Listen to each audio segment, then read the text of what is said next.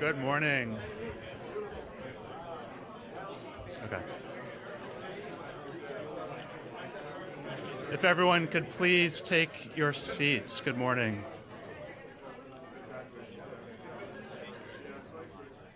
We'll give it 30 seconds.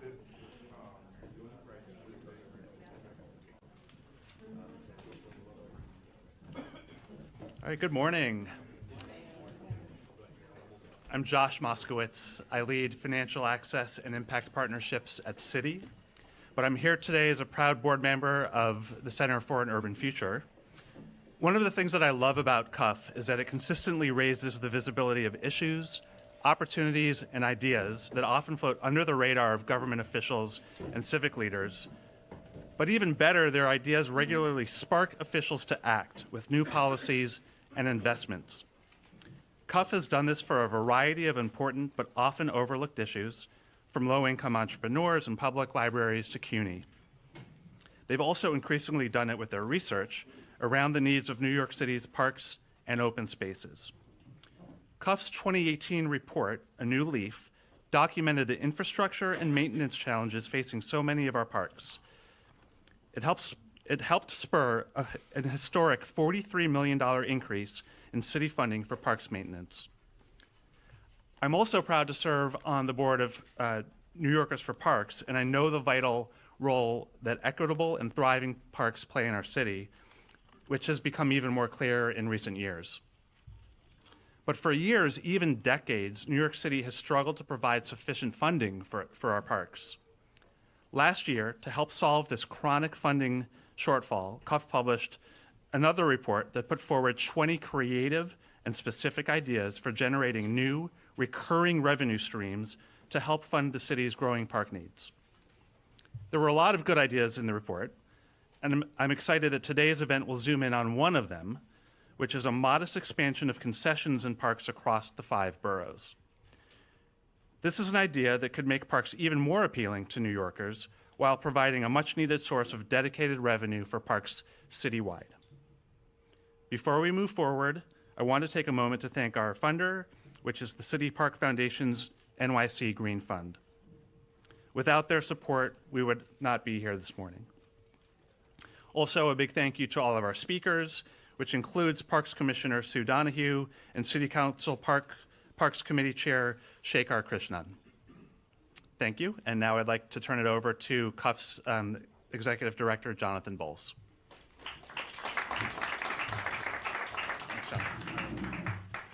Thanks, Josh. Good morning, everyone. Good morning. I'm Jonathan Bowles. I'm the Executive Director of the Center for an Urban Future. It's great to see all of you today. Thanks so much for joining. Thanks also to everybody joining on the live stream today. This is such an important topic. First of all, I want to ask a question. How many here believe that city government should be investing more in our city's parks and open spaces? What a surprise. We certainly share that sentiment because parks are a critical part of our social infrastructure. They are more vital to New York than ever before. They're vital for our talent-driven economy and for the health of New Yorkers and for so many reasons. Since the pandemic, they're also being used more than ever. But while there's a strong case today for city leaders to reverse the chronic underfunding of parks in New York, winning this case may become even harder and more challenging in the years to come as federal support for New York shrinks and as budget pressures grow. That's why my colleagues and I at CUF believe that city leaders should help develop new revenue streams to support the city's parks. One option that should be on the table is a modest expansion of parks concessions across the 5 boroughs. Our new report out this morning, written by my colleague, John Sirico. John, where are you? Great to have John on our staff. Our new report shows that there are surprisingly few restaurants, cafes, and other destination-worthy concessions in parks across the 5 boroughs. In much of the city, there are practically none. But where these concessions do exist, they invariably enhance the experience of parkgoers. A modest expansion of parks concessions could make New York's parks even more appealing while providing a much-needed source of dedicated revenue for parks citywide at a time when city funding for parks has failed to keep pace with their growing needs. Our report urges city leaders to launch 20 new destination-worthy concessions citywide over the next 3 years and ensure that all revenues from these concessions stays in parks, something that is not the case today. Check out our report. You can see on the agenda in front of you, there's a barcode, QR code that you can scan and see the report. It's also on our website, nycfuture.org. We have an amazing group of panelists and speakers here today to help us delve into this opportunity, looking at challenges and really put forward some concrete, specific ideas for how to move this forward. This includes a panel discussion that we'll have, followed by a fireside chat with Shekhar Krishnan, the chair of the City Council Parks Committee. But first, we have a very special treat. We're going to hear from our city's leading champion for Parks Commissioner Sue Donoghue.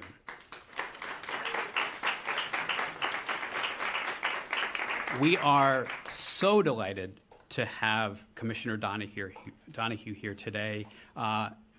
She's joined CUF in the past, but I'm most excited because she has done so much to support and to strengthen our parks throughout her career, especially in these last few years while leading NYC Parks.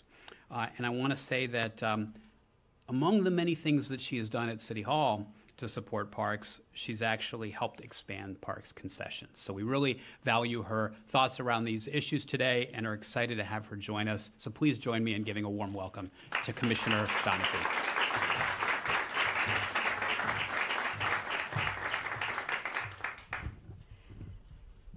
Thank you, Josh and Jonathan, and good morning, everyone.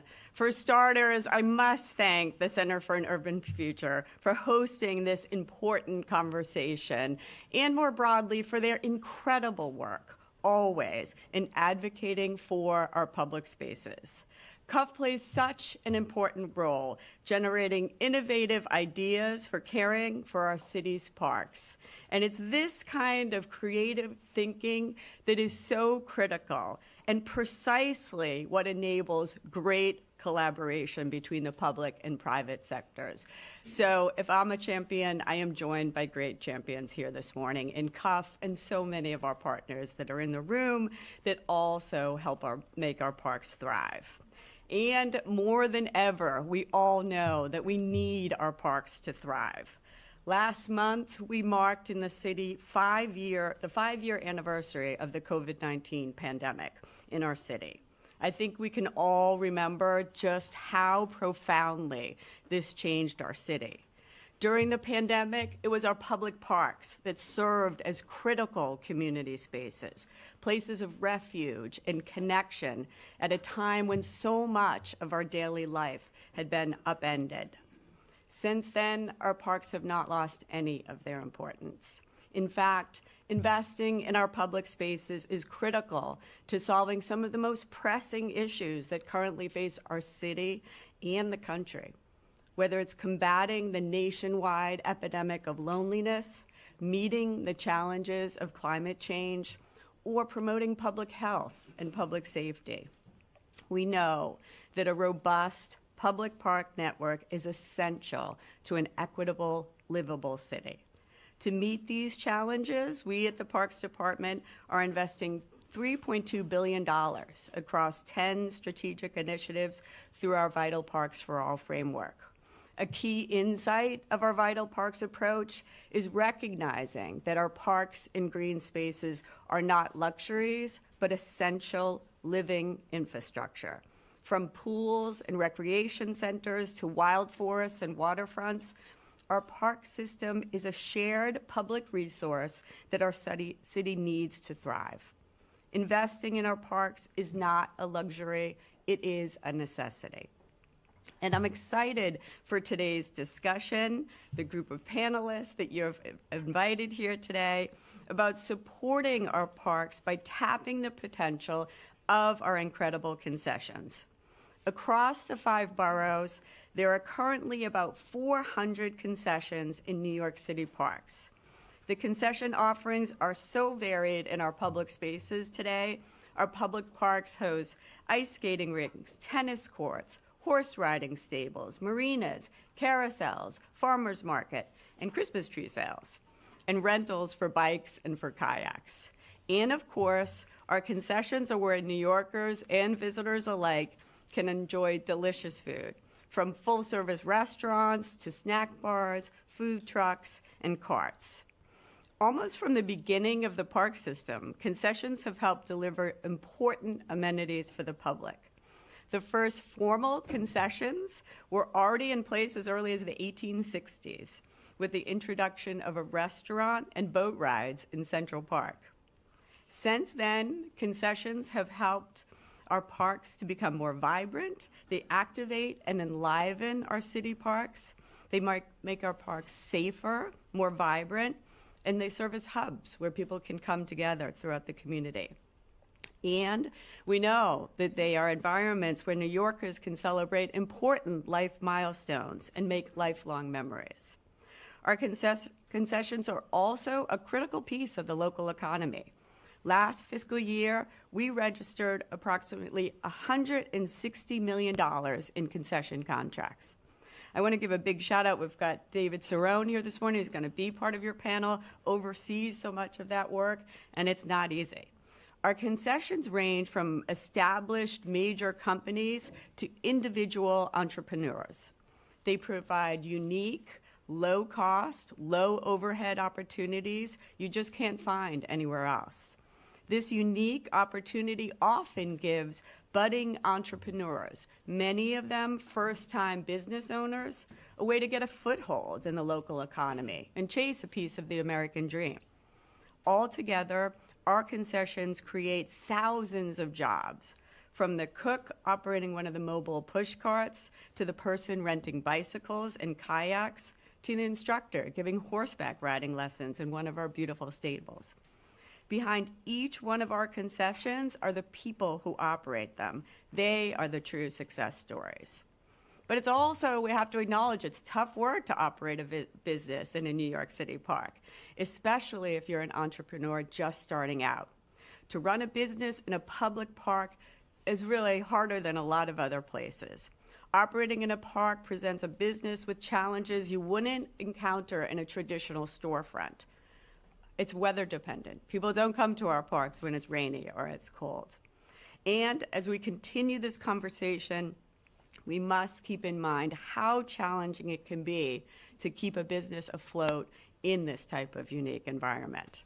But our parks also, we recognize, present unique opportunities. And when our concessions thrive, our city thrives. Last year, our concessions revenue accounted for approximately $53.2 million in our park system. This is over 3/4 of parks' total revenue of nearly $70 million. I'm also pleased to share that's the highest amount of concession revenue collected by parks in a single fiscal year. It's important to note that in addition to providing revenue, many of our concessionaires quite literally improve the parks that host them with substantial capital investments.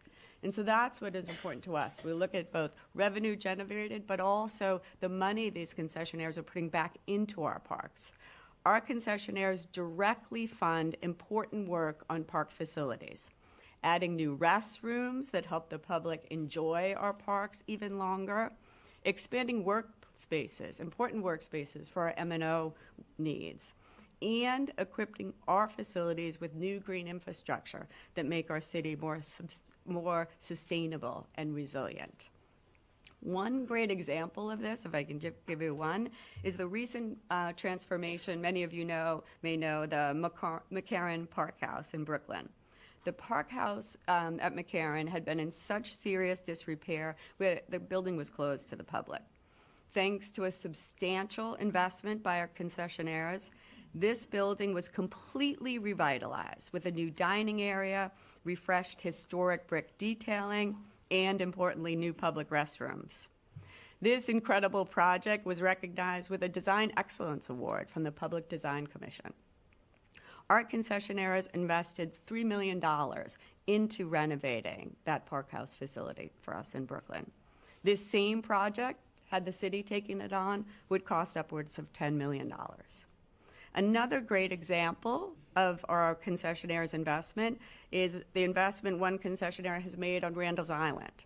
Sport Time has spent over $40 million to expand their state-of-the-art tennis center on Randall's, in adding 9 new tennis courts, installing new lighting at nearby ball fields, and even contributing $1.5 million to renovate Poor Richard's Playground in East Harlem. These projects are just 2 examples of how our concessionaires make critical investments in our facilities, greatly improving the park experience for all New Yorkers and freeing up resources that we can then use elsewhere. This calendar year alone, we estimate that our concession partners will make approximately $30 million in repairs and improvements to our park facilities. And throughout my first 4 years as Parks Commissioner, I'm proud to share that we estimate a total capital investment of $70 million from our concessionaires. That represents a significant improvement in our public realm, and also a significant amount of funds that we were able to save through innovative partnerships like these. Our concessionaires have a critical role to play in supporting our park system, and I'm so grateful to CUF for providing the forum to discuss this important topic. Thank you so much for having me here this morning, for having my colleagues in the Parks Department, and I look forward to this ongoing conversation and continuing our work together to strengthen our vital parks network. Thank you all so much. Thanks for having me.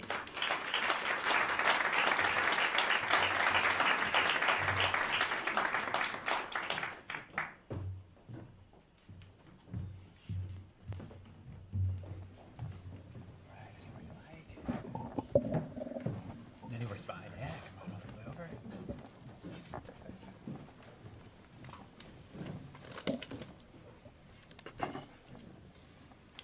All right. Good morning, everybody.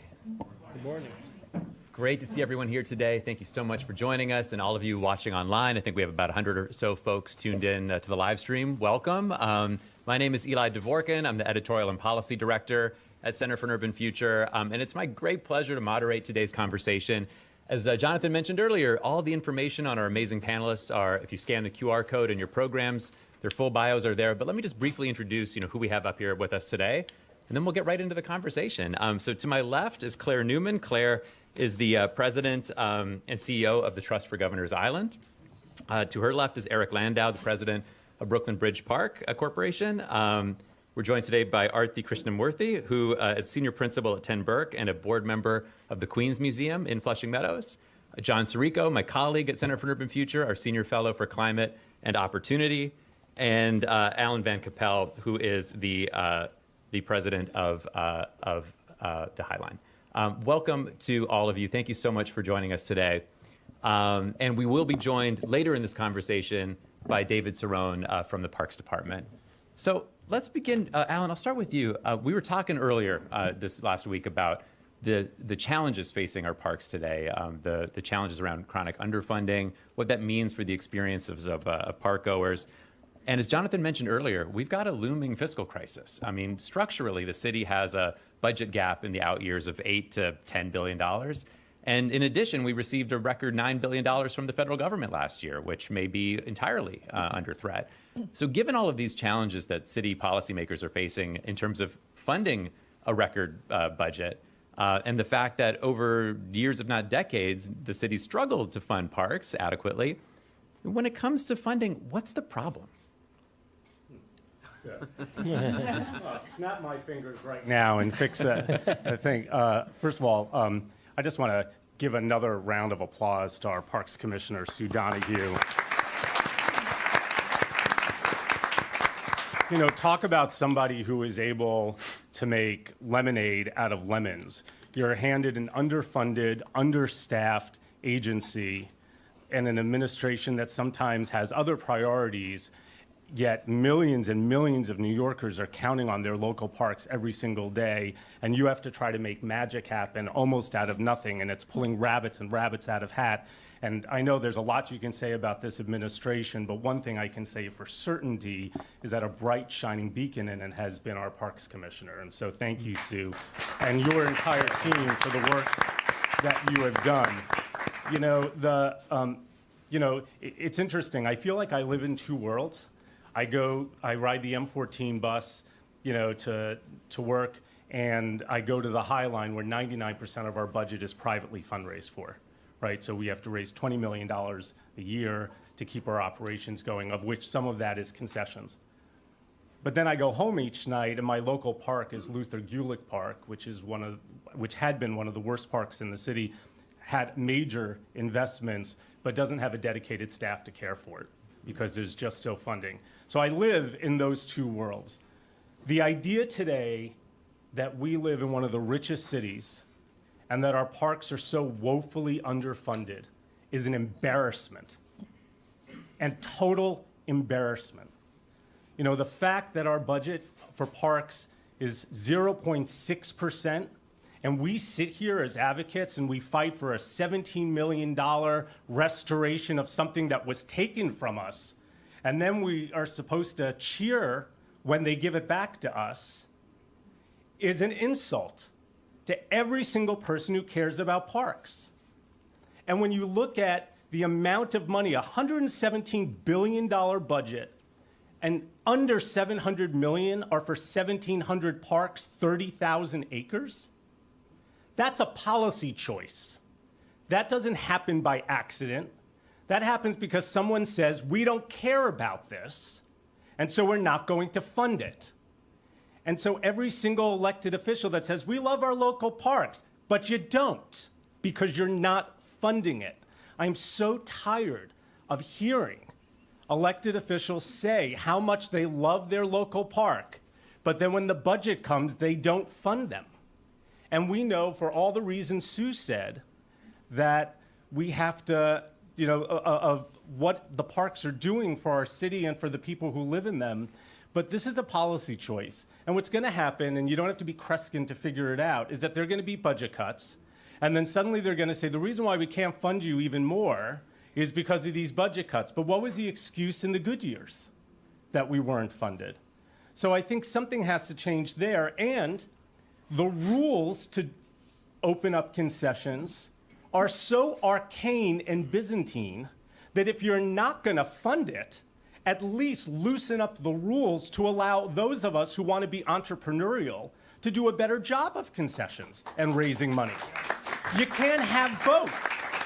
You can't both say, we're not going to fund you, and then we're going to retard all of the processes, and change that you want to make in order to fundraise on your own. And finally, you can't have rules that say you can sell something, but the city's going to capture that money and it's going to go back to the general treasury. What's great about the Highlines concession agreement, and I'm so proud that we worked it out with the city, is that we get to keep the money that we raise, right? So when we get $700,000 from our restaurateur, Shake Shack, that money gets invested back into the Highline. When we have our vendor carts and our food trucks, that money gets back into the Highline. And those are the types of agreements that I think we need to have, because the people who have conservancies, whether it's St. Martin's Park or others, they know how best to spend that money in some cases. And we have to let some of the local folks figure out what that looks like. Yeah, thanks, Alan. Alan, I've been doing this for a while, and I don't know that anybody's gotten 2 rounds of applause in one opening response at a Cuff panel in a while, but I really appreciate what you put on the table. If I wasn't bald, I'd pull my hair out. And a laugh line, man. Alan, great job. I want to build on, really, Alan, everything you just laid out. I think you've established the problem really clearly. You've also started to put forward some of the specific challenges, barriers that inhibit us from being able to expand these models across the city, and crucially to hold on to the revenue. Well, John, let me bring you in for a minute here and talk just for a minute about why dedicated revenue is so important in the first place. I mean, I think we all agree, and Jonathan mentioned from the beginning, there's not a person in this room that doesn't believe that the city should be allocating more city tax levy money to support parks. But I think we want to be realistic about the many challenges facing the city's budget right now. The mayor, whoever the mayor is obligated to balance the budget every year, by the city charter. There are some tough trade-offs no matter what the revenue picture looks like in terms of, tax revenues. And we've been working now, you've been working for over a year and a half at the center on specifically putting forward ideas for new revenue for parks. So why is that approach needed right now? What's the opportunity there? How do concessions fit in? Sure. It's hard to be a second act to that, Alan. My God.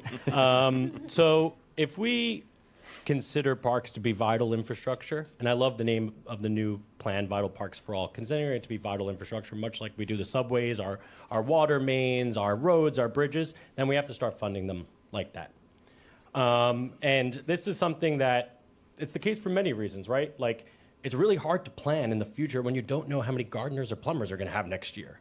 The maintenance backlog gets worse and worse, and then that leads to a capital problem later on. And also, I really loved the commissioner laying out kind of what we're asking for with our parks. We're asking more and more every year from our parks. We're asking them to help address the climate crisis.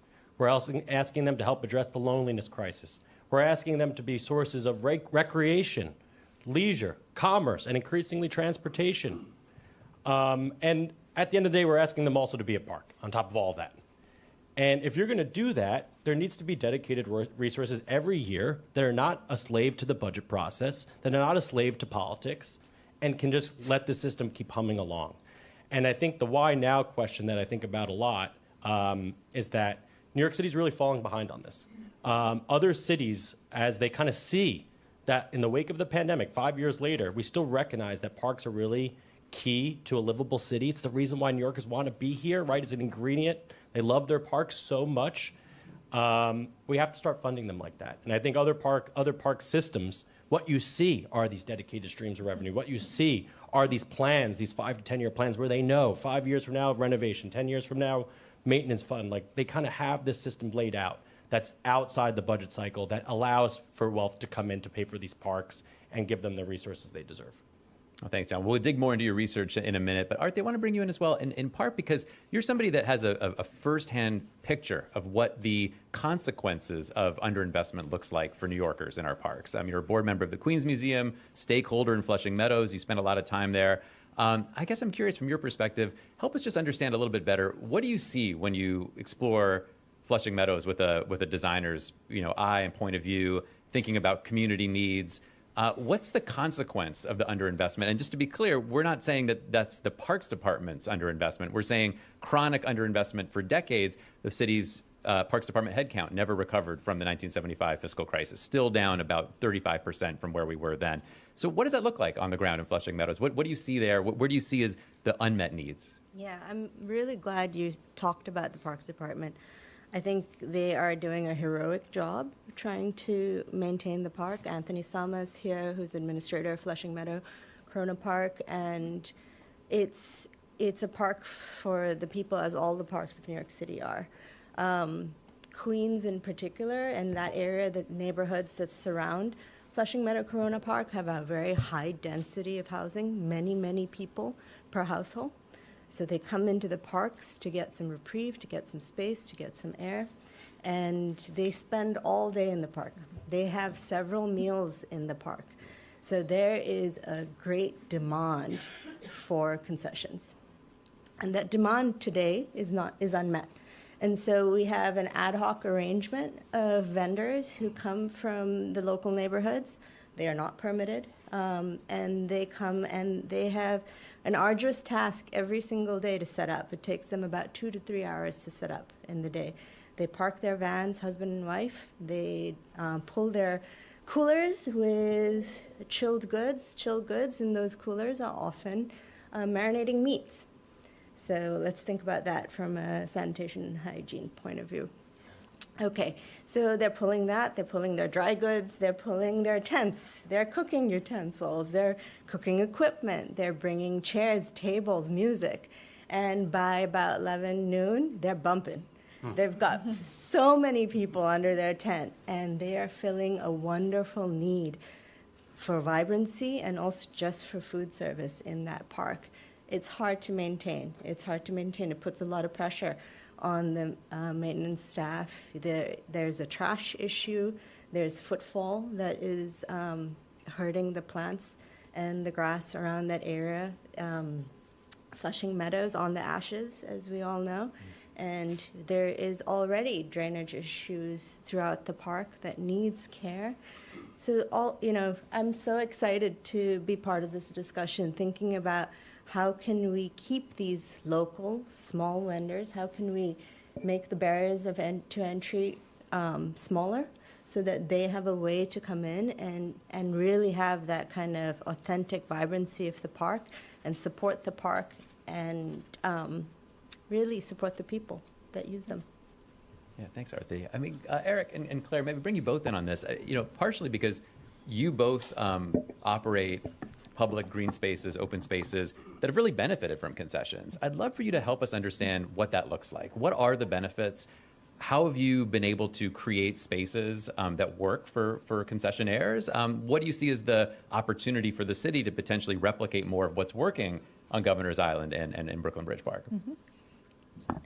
Well, I think you've heard it a little bit from the panelists today. It's so rare to find a combination of a revenue-generating activity that the public actually wants and needs and is a true win-win for a public space, and concessions is one of those. So, just painting a little picture of what that means for Governor's Island, for our visitors coming to a literal island, we need to have amenities to serve them on their visit, like what you heard Arti talk about and many of the other panelists. If you come out for the day, you may want to rent a bike. You're at some point going to want to have an empanada or something to eat. If you stay all day, maybe you'd like to have a drink at the end of the day and watch the sunset. Without our concessions, we would not be able to provide those amenities for visitors, and people truly love them and cherish them. You can take a kayak ride like the commissioner was talking about. And that is coupled with an extraordinary benefit to the Trust for Governor's Island in the form of revenue. We make about $1.1 million per year off our concessions. We do it as a percentage share with our small businesses who operate on the island. Our success is their success and vice versa. We share in that together. And $1.1 million for us is a huge number. It is a difference maker. It's about 4 to 5% of our budget a year. And if you think about that on a marginal basis, it enables us to run programs. We can have our ice sculpture contest. We can host Earth Day programming with educational stuff for kids. We can hire another gardener to take care of the park. We can hire another groundskeeper to help keep the park clean. And those extra dollars enable us to continue to deliver on an extraordinary public space for New York. And the fact that the two are linked, I want to come back to something that Alan talked about, which is enabling parks to keep their own revenue. We're able to do that on Governor's Island thanks to actually a deed restriction from the federal government when we were formed. It enables us to make those decisions about how to balance the two uses, the benefit of the revenue with the benefit to the park goers. And I know this is something Eric thinks a lot about as well. How do we make sure that those concessions are providing community benefits? Our bike rental company provides free bike rentals on weekdays before noon because we care about that. And so for us, as the people who are there on the island every day, who know what our visitors want, who have a sense of what our visitors need, we're able to couple those two policy decisions and with the goal of moving towards the best outcome for Governor's Island and for the folks who like to come there. And as you said, have a breath of fresh air, spend a day away, get out of the intensity of the city. Yeah, thank you. It's similar in Brooklyn Bridge Park to Governor's Island. Certainly, Claire stole a lot of my thunder, if you will, in terms of how we look at concessions and the value of concessions. And yes, the revenue generation is a significant piece. And like Governor's Island, we too retain 100% of the concession revenue that we bring in, which we're we're tracking about $100,000 less than you are. I'm sorry, Eric. Well, I'll give you some lessons after. I appreciate that. Appreciate that. So our concession revenue is about $1 million annually. That's our piece of it, and that's over 6 food concessions and 1 recreation concession. We have a roller skating rink in the spring, summer, and an ice skating rink in the winter. But really for us, and again, and I don't want to minimize the $1 million because it's significant, and for a lot of parks it would be really, really huge. We are very, very different than every other park in terms of our model and our revenue. 90% of the park is parkland, 10% is private development. Private development pays its property tax revenue directly to the park corporation, and that is more or less how we run the park day to day. So our concession revenue is about 5% of our overall revenue for the park. So for us, while the money's important and it does go back into the park and what we can do, it is really about sort of wraparound view of what a park is and this amenity point that we keep talking to, but to kind of dive into that a little bit more, it is how can you make the park experience, a day in the park, a full experience for everybody? And we look at our concessions as not just businesses in the park. They are very much our partners. Claire talked about how if they succeed, we succeed. Well, that's true from 2 perspectives. There's the financial reality of it, is that the way that we structure these deals is there's a guaranteed monthly minimum rent or a percentage of gross sales set at a certain percentage mark that's negotiated, whichever yields a higher dollar amount to the park.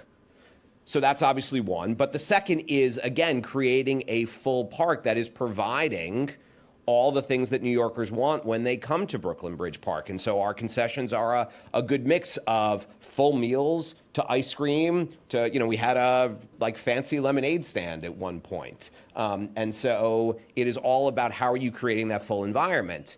And just really quickly on the point of partnership, because that for us is really, really significant when we put out RFPs for vendors to come in.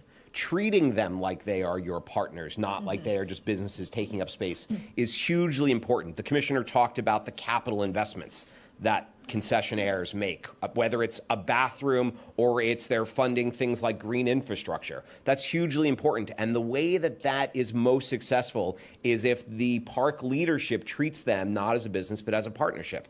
So for example, during the pandemic, all of our concessions closed. Restaurants across the city closed.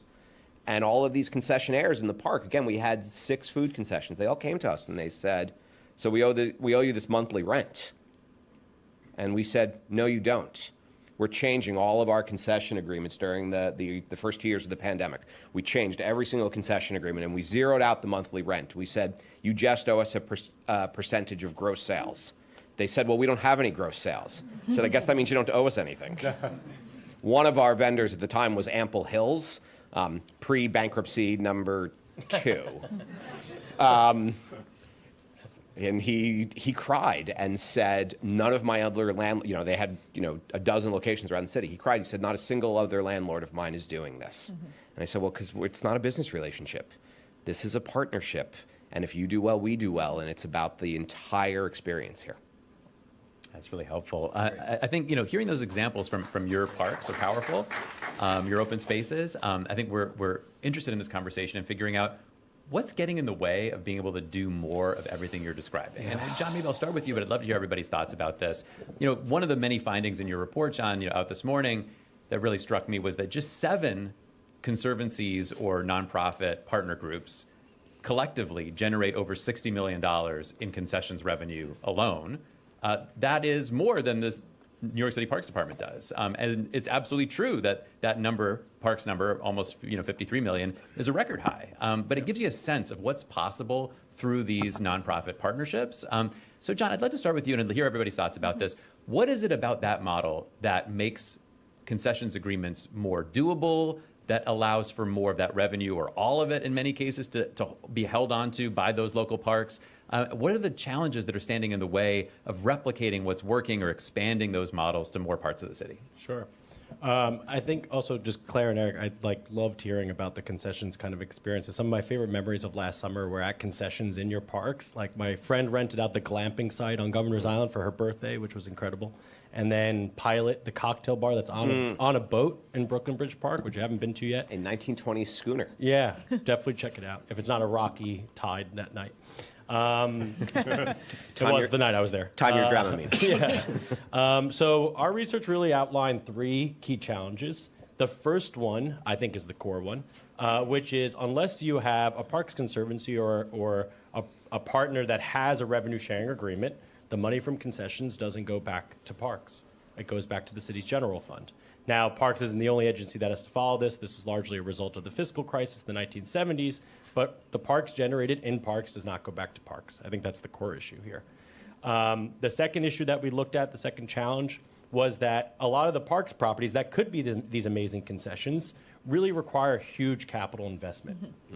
And it's a lot to ask concessionaires to be like, hey, can you invest X number of millions of dollars in this? And I think when it works, like Park House, which is so beautiful in McCarren Park, it's incredible when it works, but it's a big ask for concessionaires to invest in that, way more than they would in a kind of brick and mortar storefront. And then the last thing I think that we really looked at was that the terms of agreements, so Alan, to what you said, arcane and Byzantine, I think were the adjectives you used, it makes it really hard to do business with the city, quite difficult. Unless you know someone or you know the playbook already, you're starting from scratch. There's little information on how to guide you through this process. In my other life, I helped organize an open street, and unless I didn't know how the city worked, it'd be really hard to organize the open street, let me tell you that. Because it's like there's no playbook, right?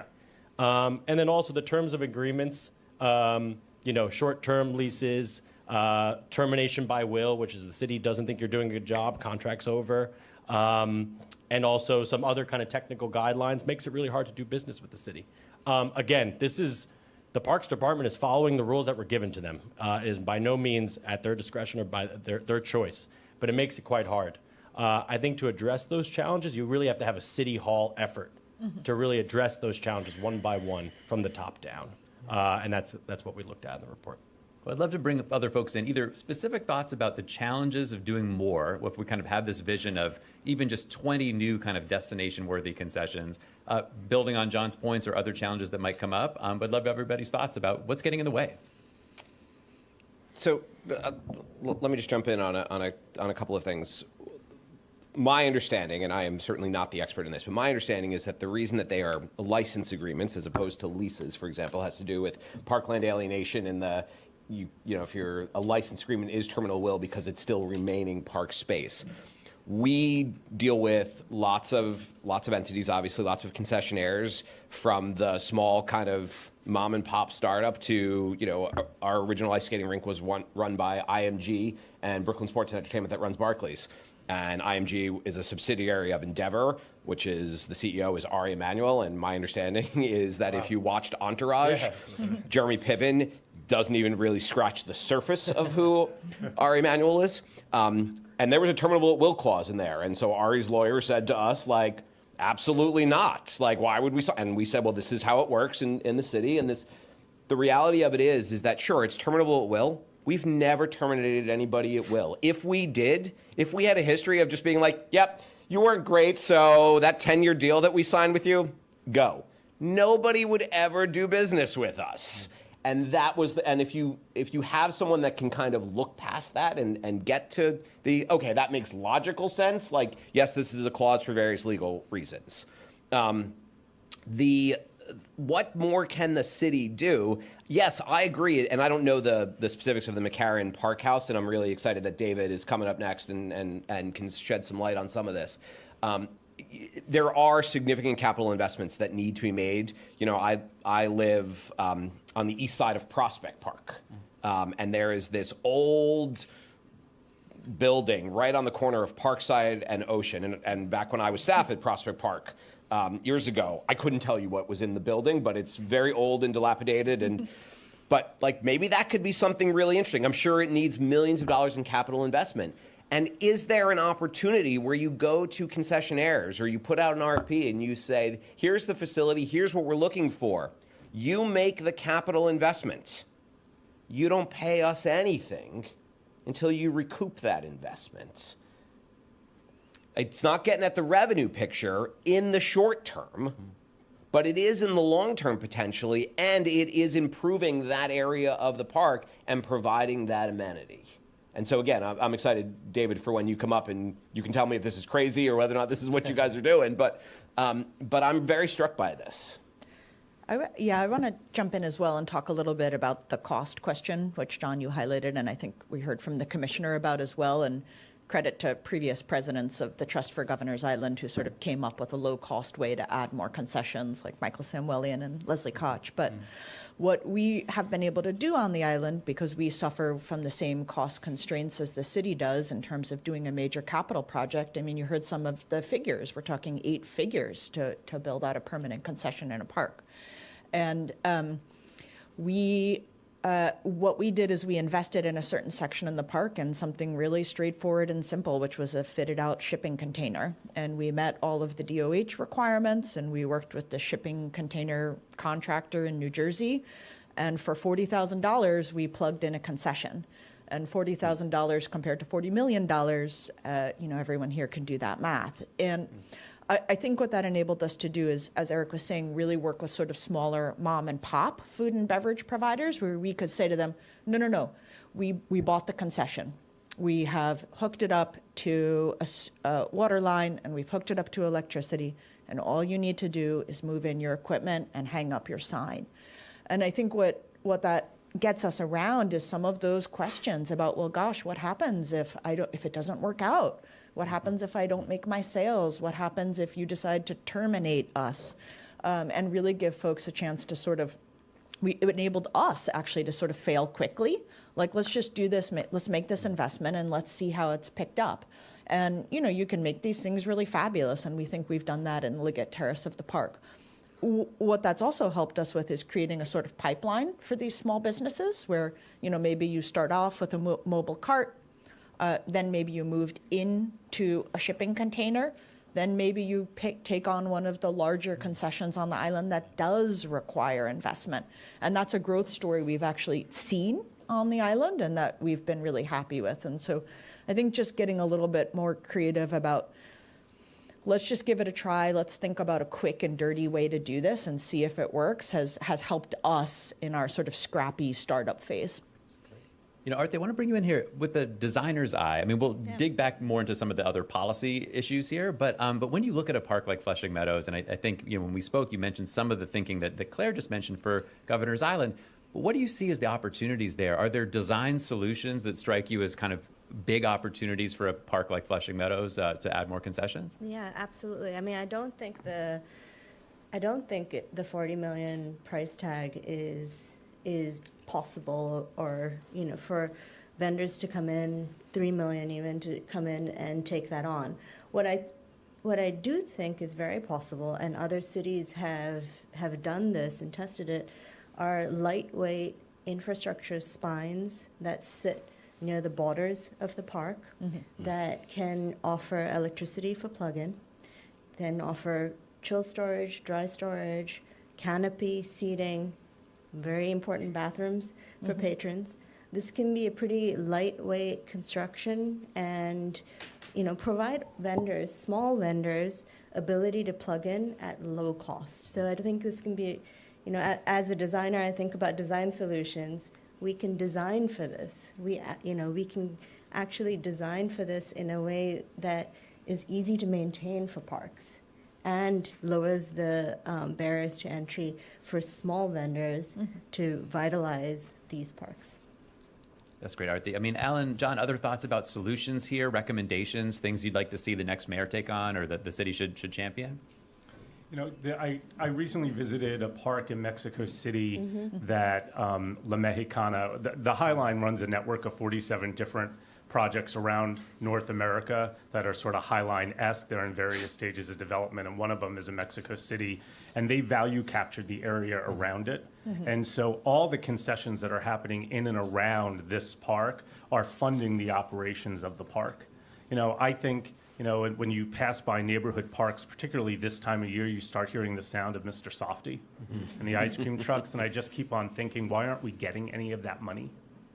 Right? They're parked outside the parks. If we were just able to get them inside the park, if we prohibited them from being outside, or you regulated the area within a certain amount of feet around a park, that you can park your food truck there, but then you get a piece of that revenue, that's something that we could be doing. It also, again, enhances, it's another amenity. In Paris, they have these luxury, albeit luxury, Louis Vuitton vending machines where you can swipe a card and get your Louis Vuitton hat or something else like that. But why can't you have those vending machines in New York City parks where it's not necessarily Louis Vuitton, right?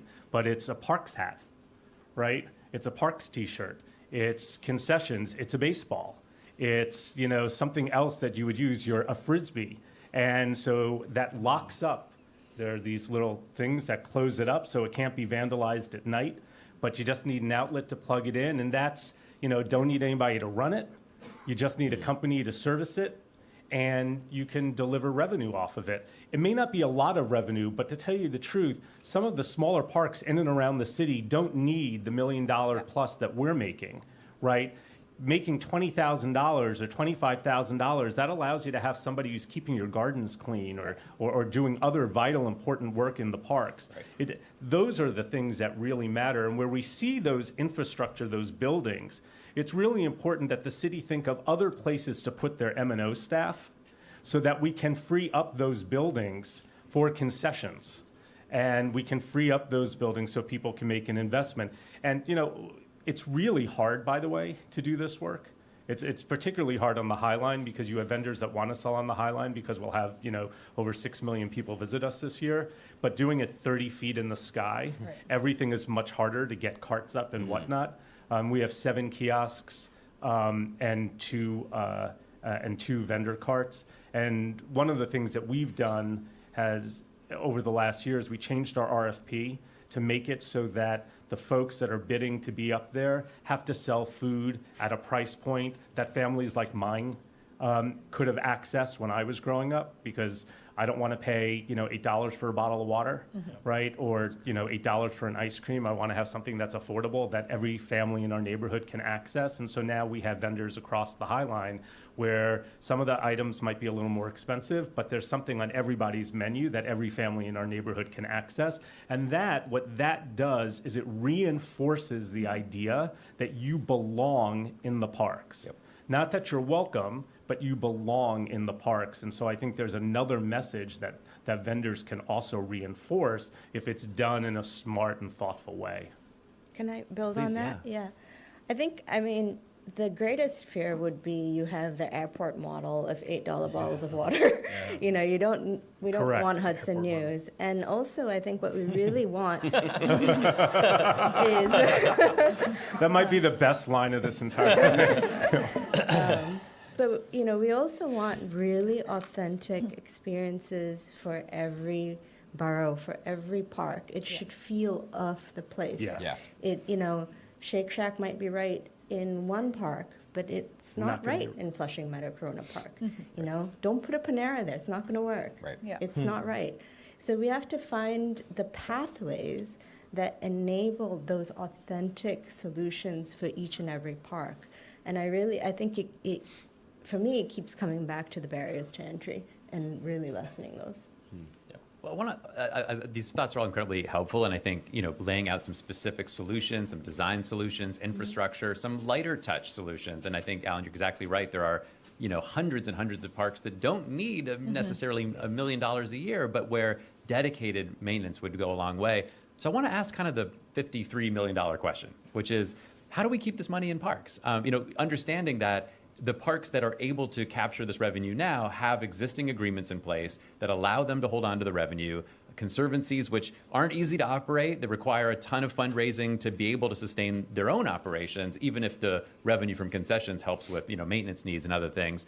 And we don't have conservancies in the vast majority of those nearly 2,000, you know, parks and open spaces.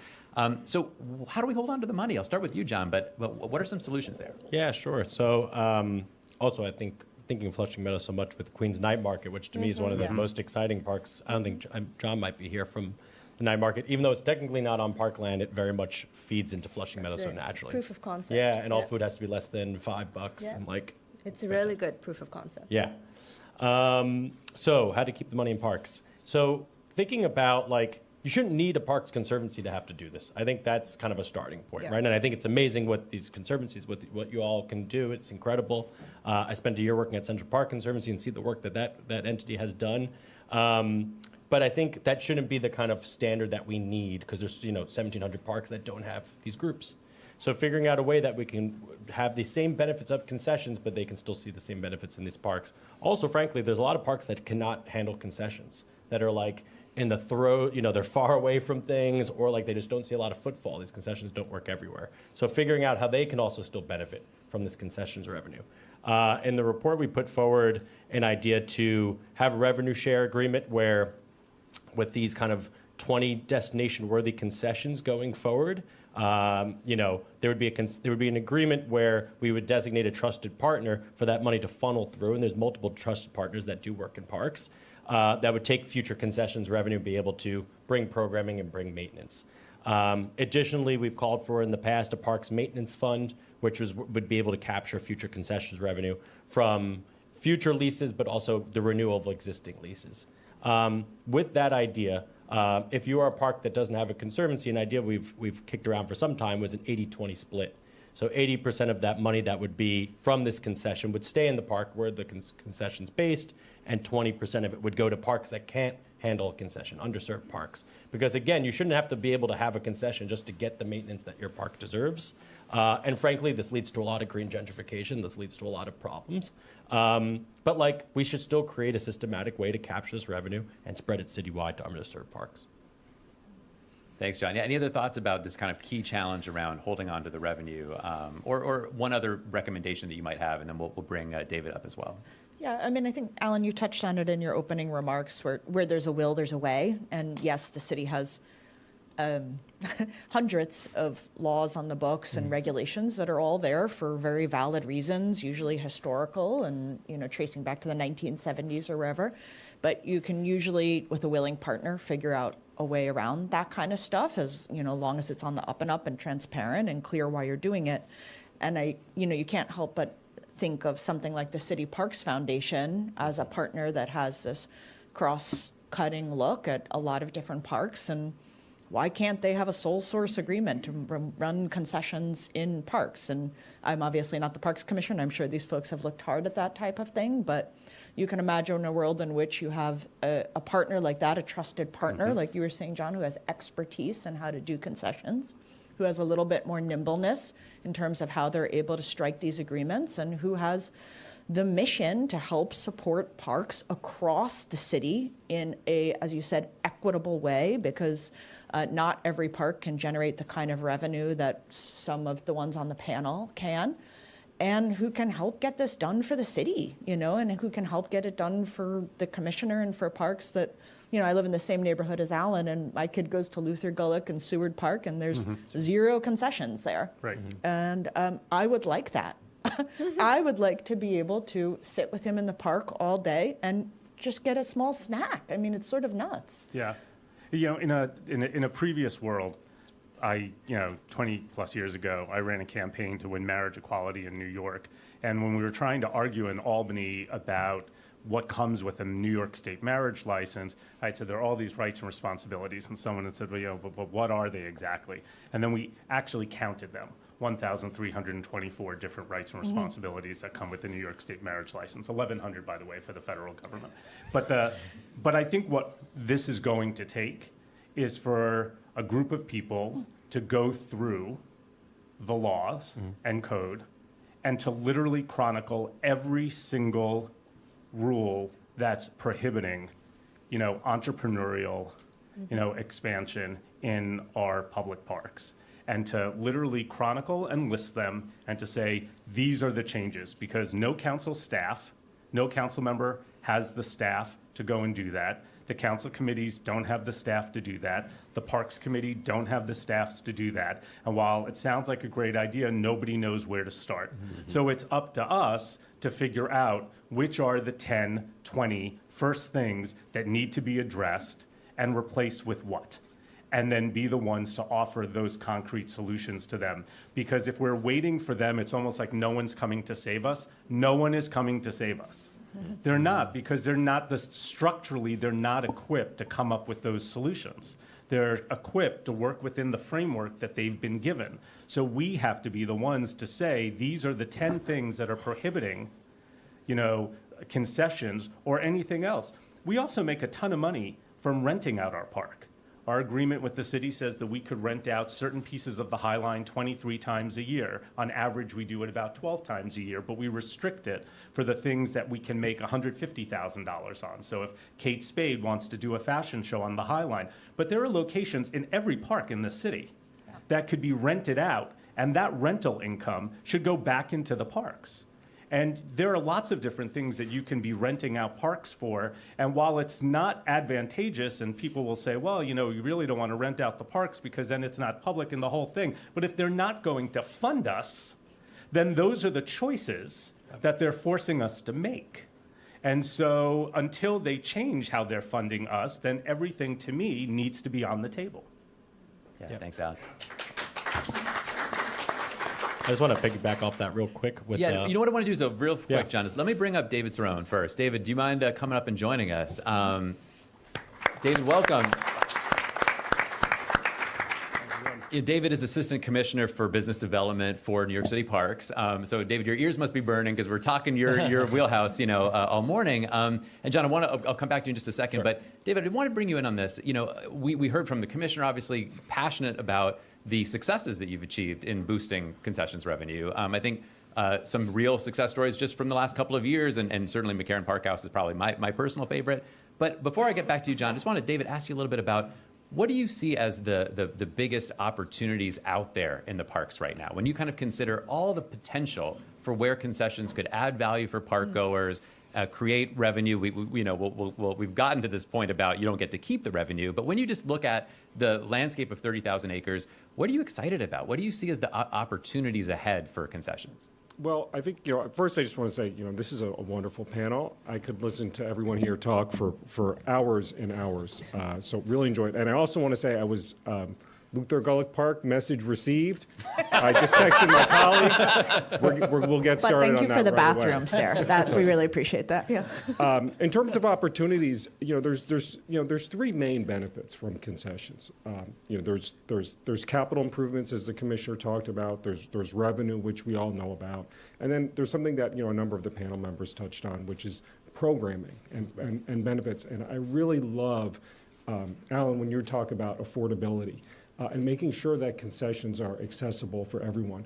So when I think about opportunities, when the agency thinks about opportunities, we look at it from all of those perspectives, and we want to be able to find concessions that can kind of at least check two of those boxes. If we can get three, we're thrilled. Lately, what we've been doing is we've tried to within the rules, right? Because we talk a lot about the concession rules, and there are confinements there. But within the rules, we try to offer as much flexibility as we can. So we started off doing something that's outside of the rules, which is a request for expression of interest, which basically says, give us your ideas. One thing about parks, I've been here for many years. My colleagues have been here for many years that work on concessions. We don't have a corner on the market for good ideas. There's always something creative, something ingenious that we haven't thought about.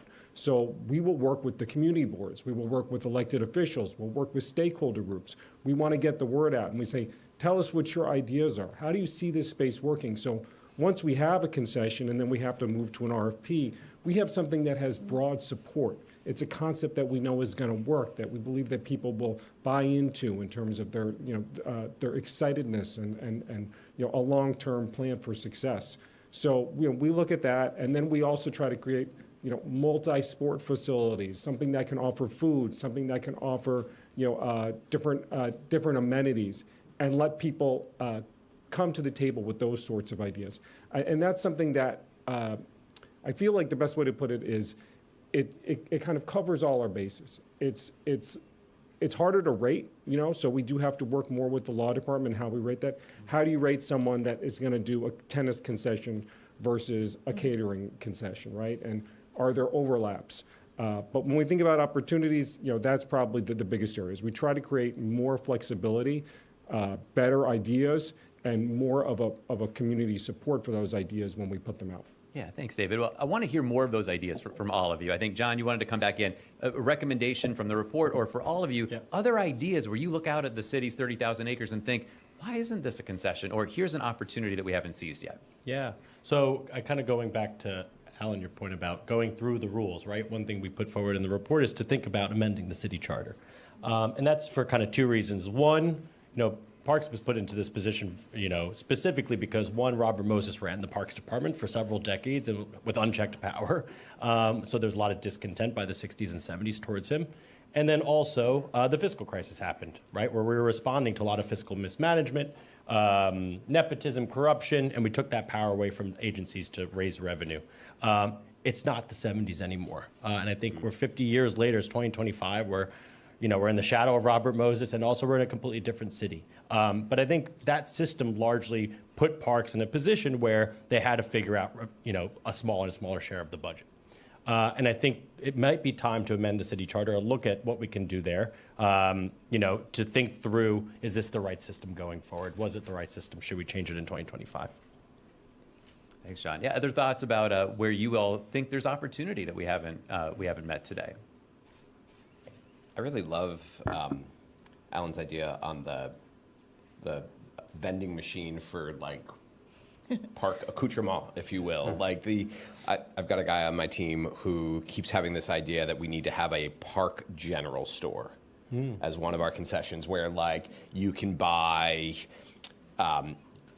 balls, or you can buy frisbees, or we have an amazing barbecue area, and I know other parks do as well. You could buy charcoal, and so I'm really struck by the point about not everybody's got the ability to have a location that you staff and you have all the overhead. And so what would it look like to have some of those items at a vending machine? We at Pier 2 have a vending machine for those items. We don't charge any for basketball things. We don't charge anything for it. It's just you have to put in your cell number and it opens up the vending machine for you. So you can take it, and the hope is that you'll bring it back. But we've seen great success with it, and so as sort of adding the revenue component in, especially for the parks that, as you said, $25,000 would make all the difference. I'm really struck by it. Mm-hmm. Yeah, John, let me bring you back in one more piece of the recommendations. Sure. And, love any other thoughts there too, which is some of the challenges around getting to the right number in terms of the upfront investment. Yeah. Hearing from concessionaires or prospective concessionaires that can't fundraise maybe $3 to $5 million and wouldn't be able to justify it, knowing that the license agreement can be terminated at will, et cetera.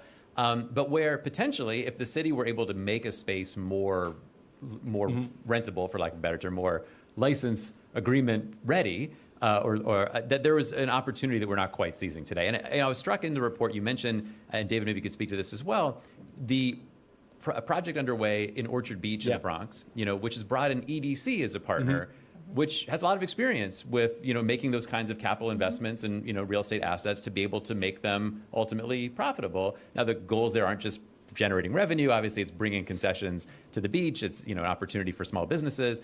What do we need to do to achieve more of that? And John, I think you have an idea about that. Yeah, we were quite inspired by what's happening at Orchard Beach, the Riviera of the Bronx, as it's otherwise known, which will have a lot of concessions. We were also quite inspired by what's happening at Jacob Riis Bathhouse, which is also going under a major renovation with the National Park Service. And then I'd say Park House really as well, because it garnered private funds.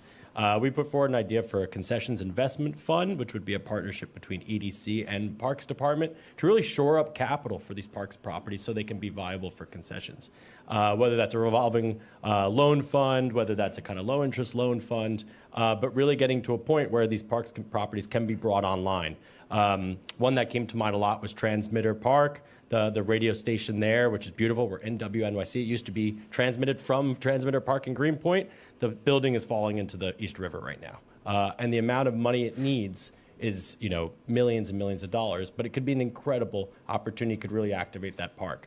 But really, it's hard to have those resources. So working with the EDC to kind of, an entity that really knows business enterprise, and also when projects go through EDC, they're much quicker, they're much cheaper, and they have that kind of technical assistance that city agencies might not have, to make these projects viable for concessions. And I think also just thinking of opportunities, I recently got back from spending some time in London. I think so much of our experiences is going abroad and seeing amazing concessions, Lisbon, Mexico City, London. And also well cared for. Well cared for sure. And spending a lot of time in London's Victoria Park, which is actually the first public park ever. And so many like great examples of, there was an Italian espresso machine, a mobile Italian espresso machine where they were just selling coffee in the park. And then also the Lido there, which is British for public pool, has an artisanal pizzeria in it. And I think one of the opportunities that got me so excited here was the RVI, the request for ideas for our Astoria Park pool where I live and Jackie Robinson pool, because we have these incredible Olympic-sized pools, thanks to Robert Moses and LaGuardia. And so much of that structure is going underutilized and could be this amazing place, in addition to being such a great recreational center. I think one other area where we could be more intentional, all of us really, is thinking about parks and concessions as a way to create more intergenerational spaces. I think one of the things that happens in New York City parks, because of all the rules, and in contrast to some of the experiences we've probably all had in places like Lisbon and Berlin, is everything's separated by a fence. And there's a playground, and your kids can play in the playground. And then there's an area over here where adults can sit quietly. And some of the most beautiful outdoor experiences I've had, or public space experiences I've had, are where those things are together. And you go to a park, and this is an actual story, go to a park in Lisbon in a late afternoon or evening, and your kids are playing on some kind of climbing equipment, and there are older adults playing backgammon on a table, and there's music, and people are drinking glasses of wine, and they're eating, and you can see everything. Everything's together. You can see your children play, but you can be together as adults. And that's something that's really hard to find in the city. Like, when you really think to yourself, where could I go do that? It's hard to come up with an example.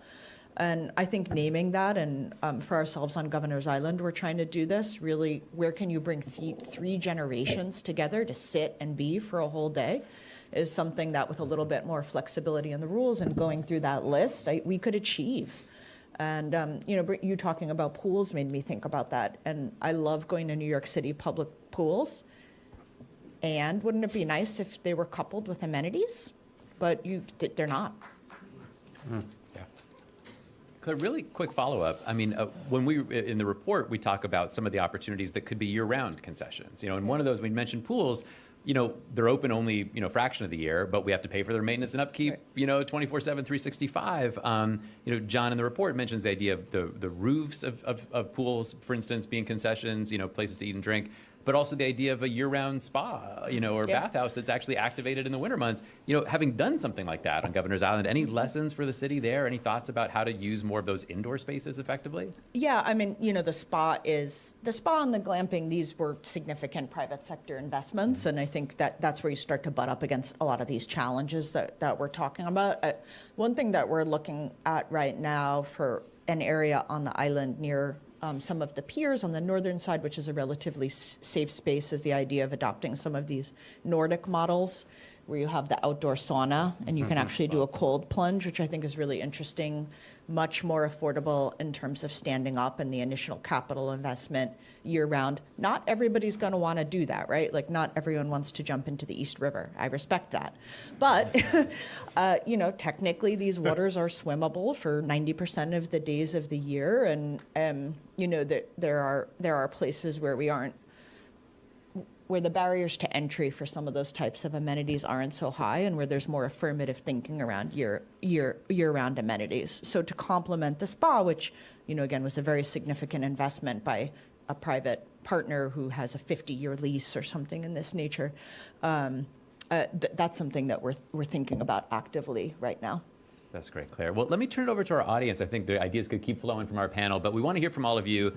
So the way this will work, throw your hands up. You'll get a microphone. Just let us know who you are, who you're here with, if you're here with an organization, and please try to keep your questions as short as possible. We see a lot of hands already, and we'd love to get to as many folks as we can. Start with Tom over here to the right. And then for folks that are online, you can also share your questions in the live stream, and I'll be getting them on my phone. I'll ask questions from our folks online as well.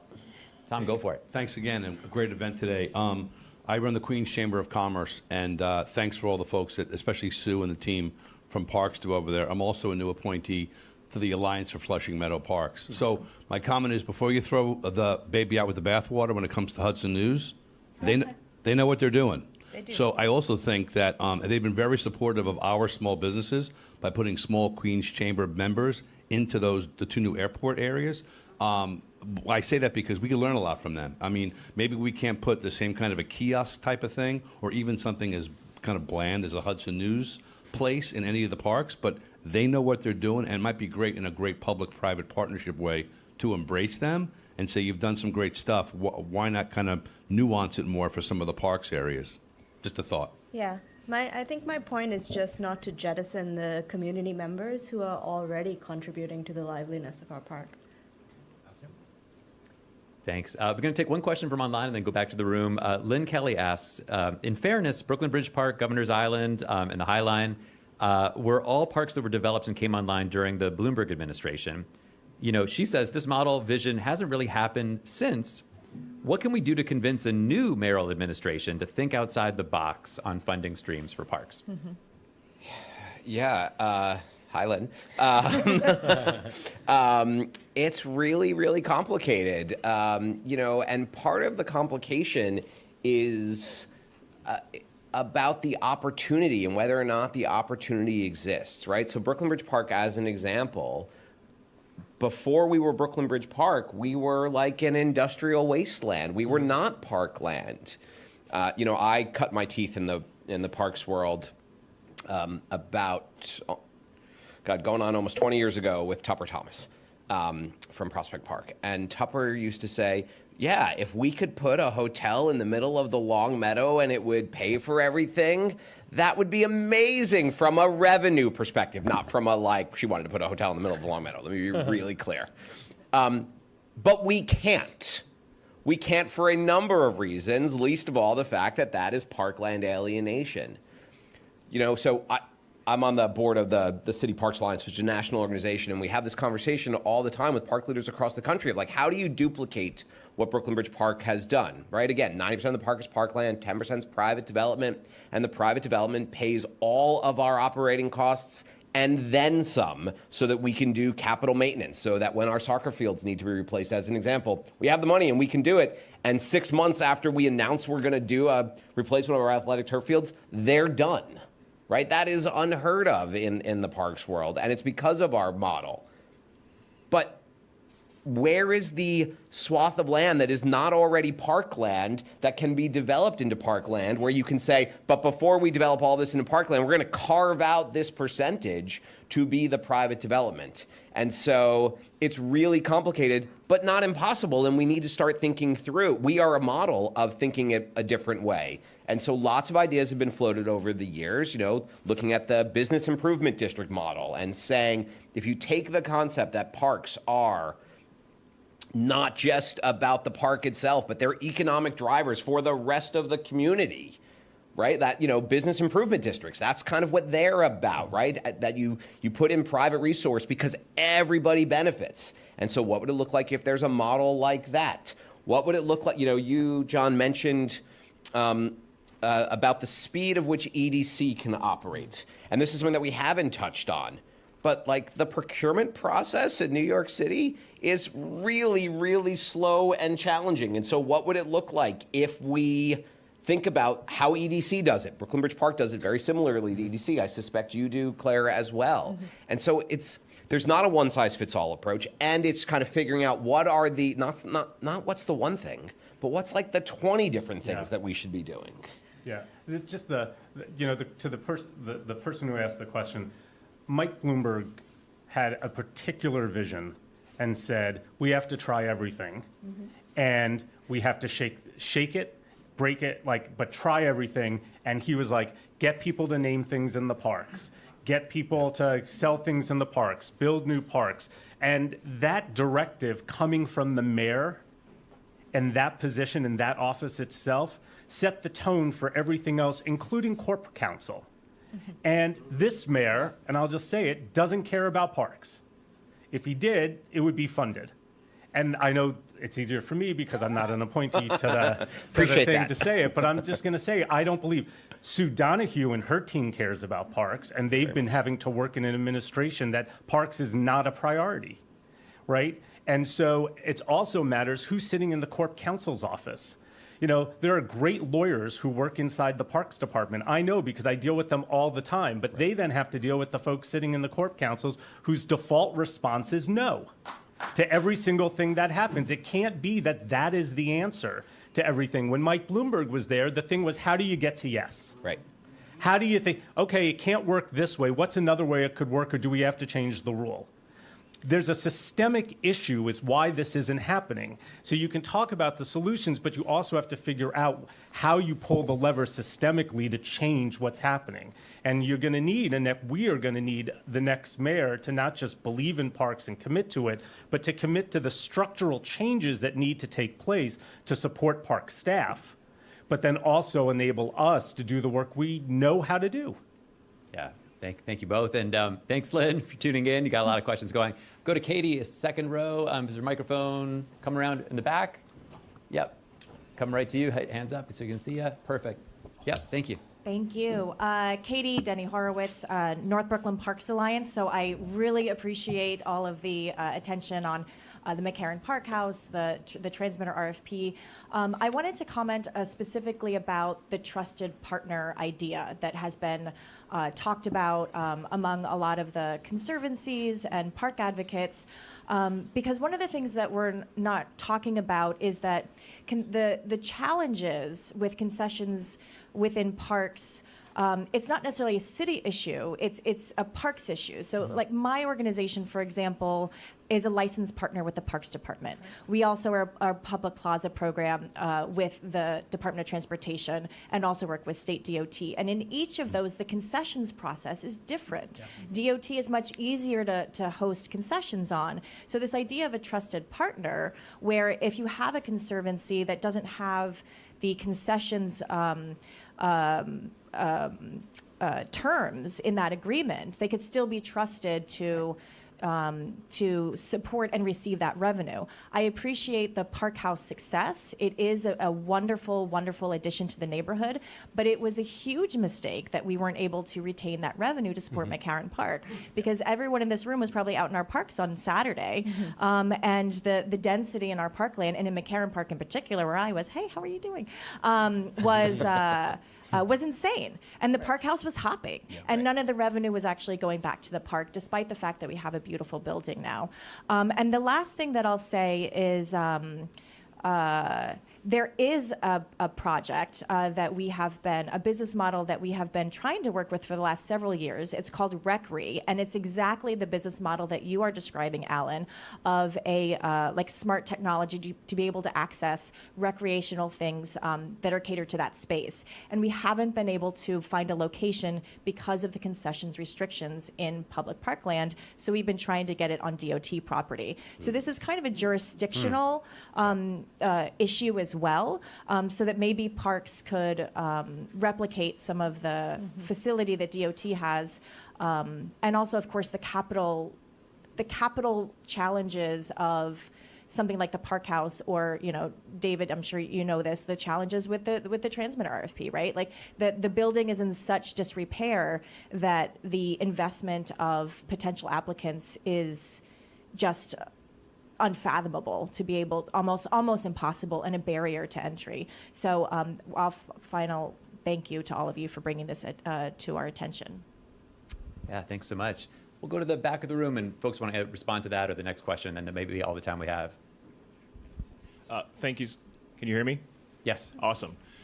So one of the things that I've been thinking about in hearing this amazing conversation is, you know, wondering whether there's an opportunity for, say, creative concessions like arts and cultural spaces, you know, to both generate revenue but also strengthen community ties. I mean, there's a lot of parks that are, you know, located there, cultural spaces, whether that's museums, whether it's Brooklyn Museum, the museums near Central Park, new creative spaces that are being developed, like the former old PS 64 near Tompkins Square Park, for example.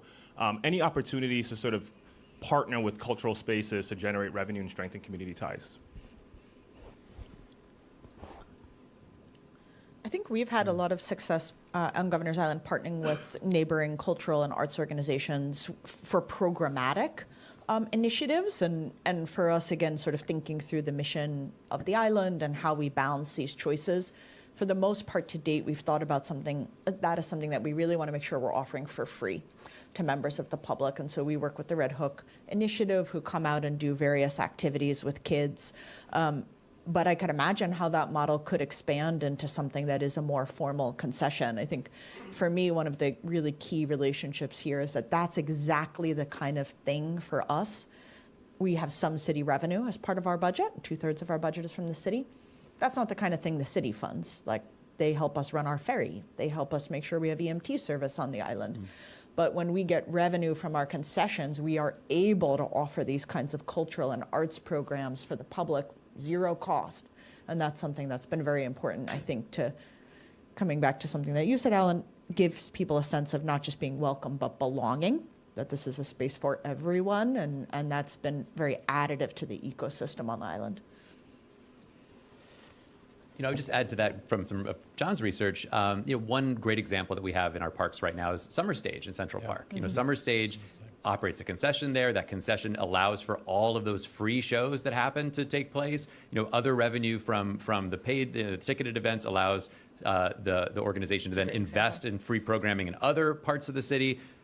That's not a huge amount of revenue, but it's incredibly important programmatically, and the benefits expand all over the 5 boroughs. Right. Replicating that in more places. I mean, John, you and I talked about this, but the Suford Park band shell in Forest Park, for example, and we've counted about 24 other amphitheaters, venues, performance spaces. They're not all the size of the band shell, which are used by New Yorkers. People are doing, skateboard tricks off of them, or hanging out, having lunch. But they're not used for performances, and they're never used for ticketed events, and there are no concessions there. So it strikes us, I think we mentioned in the report, one other kind of untapped opportunity is more either ticketed events in parks that can support those parks, or concessions for free events that can generate revenue that can stay in those parks. And again, coming back to having an infrastructure in place, I think, John, you've really 3 different ideas in the report, options for policymakers, but a trusted partner program that would work for new concessions, that would capture new revenues, not affecting existing agreements, and disperse it back to the Parks Department to invest in maintenance needs,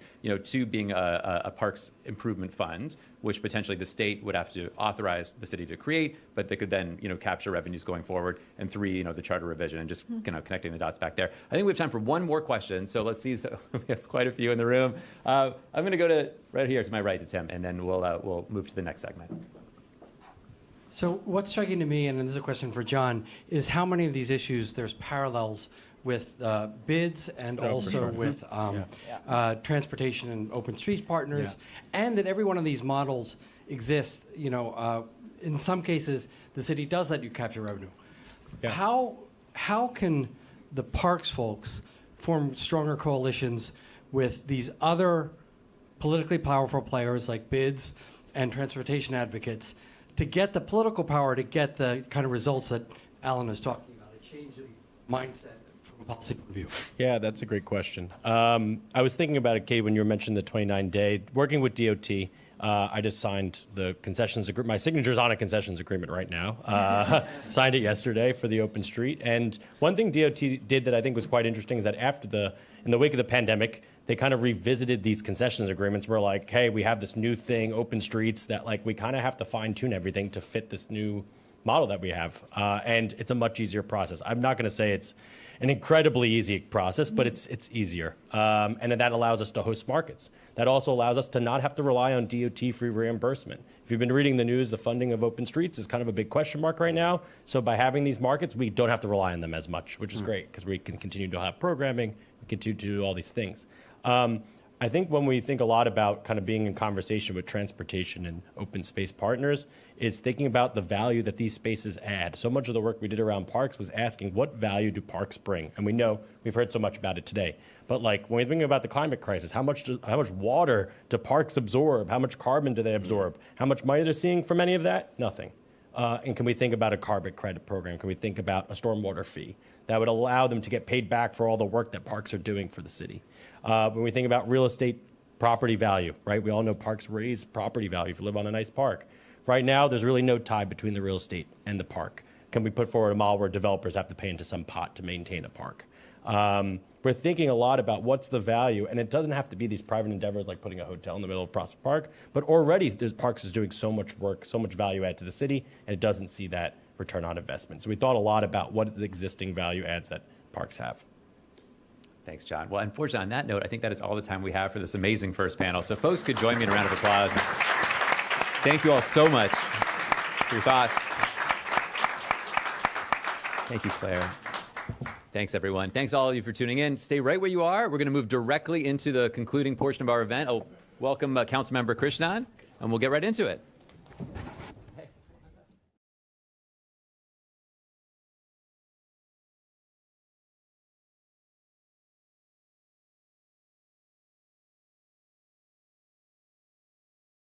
Thanks so much for attending. Cool. Great discussion, too. All right, let's get right into it. If anybody is in the back and would like to move forward, you're welcome to. Come on down. Councilmember Krishnan, welcome. A man, I think, who needs no introduction in a room full of parks advocates and parks lovers. Good to see you all. But needless to say, you know, Councilmember Krishnan, you obviously chair the Parks Committee in the New York City Council and been leading that work now since you were elected. You also represent Queens, District 25 in the City Council, and a district that has I would say, disproportionate share of parks lovers, given how little actual park space is there, but you're doing some really important work to change that. So welcome. It's wonderful to have you here. Thanks for having me. And thank you for all the great work that you do on behalf of all New Yorkers who love their parks. So let me ask you first of all, because we are here, we're having a conversation about the need for dedicated revenue for parks. And we're having this conversation right in the middle of budget season, which you obviously been chairing your hearings. The City Council response budget is coming. We've got obviously a second round of hearings to come in May after we see the executive budget. Where are we now when it comes to funding for parks? And we've gone through a difficult 4 years, to say the least. The economic impact of the pandemic led to a significant reduction in the city's funding for parks. You fought to restore that funding. It came back up. Then a $20 million cut, happened last year.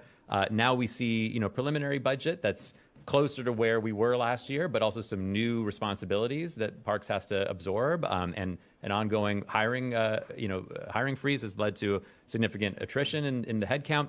So where are we with funding for parks right now? Help us understand where you see us going this year. Absolutely. Well, good morning, everyone. It's so nice to see so many friends and staunch park lovers and champions in this room. I'm Councilmember Shekhar Krishnan, representing Jackson Heights, Elmhurst, where, as Eli mentioned, we have the least amount of park space in all of New York City, and that's been a formative part of my work as the chair of our Parks Committee. Thanks, Eli, Jonathan, the whole team at Center for Urban Future for hosting today's great discussion. And it was really nice to hear from the panel before about all the incredible work they're doing with their green spaces throughout the city, and just highlighting how much more attention and resources our parks and public spaces need, from our green spaces to our open streets. And as you all know, in Jackson Heights, we have really the model open street with our 34th Avenue open street, Paseo Park, that came, it's a 30-block open street that started during the pandemic, and we've been moving it closer and closer to a vision of a linear park every year.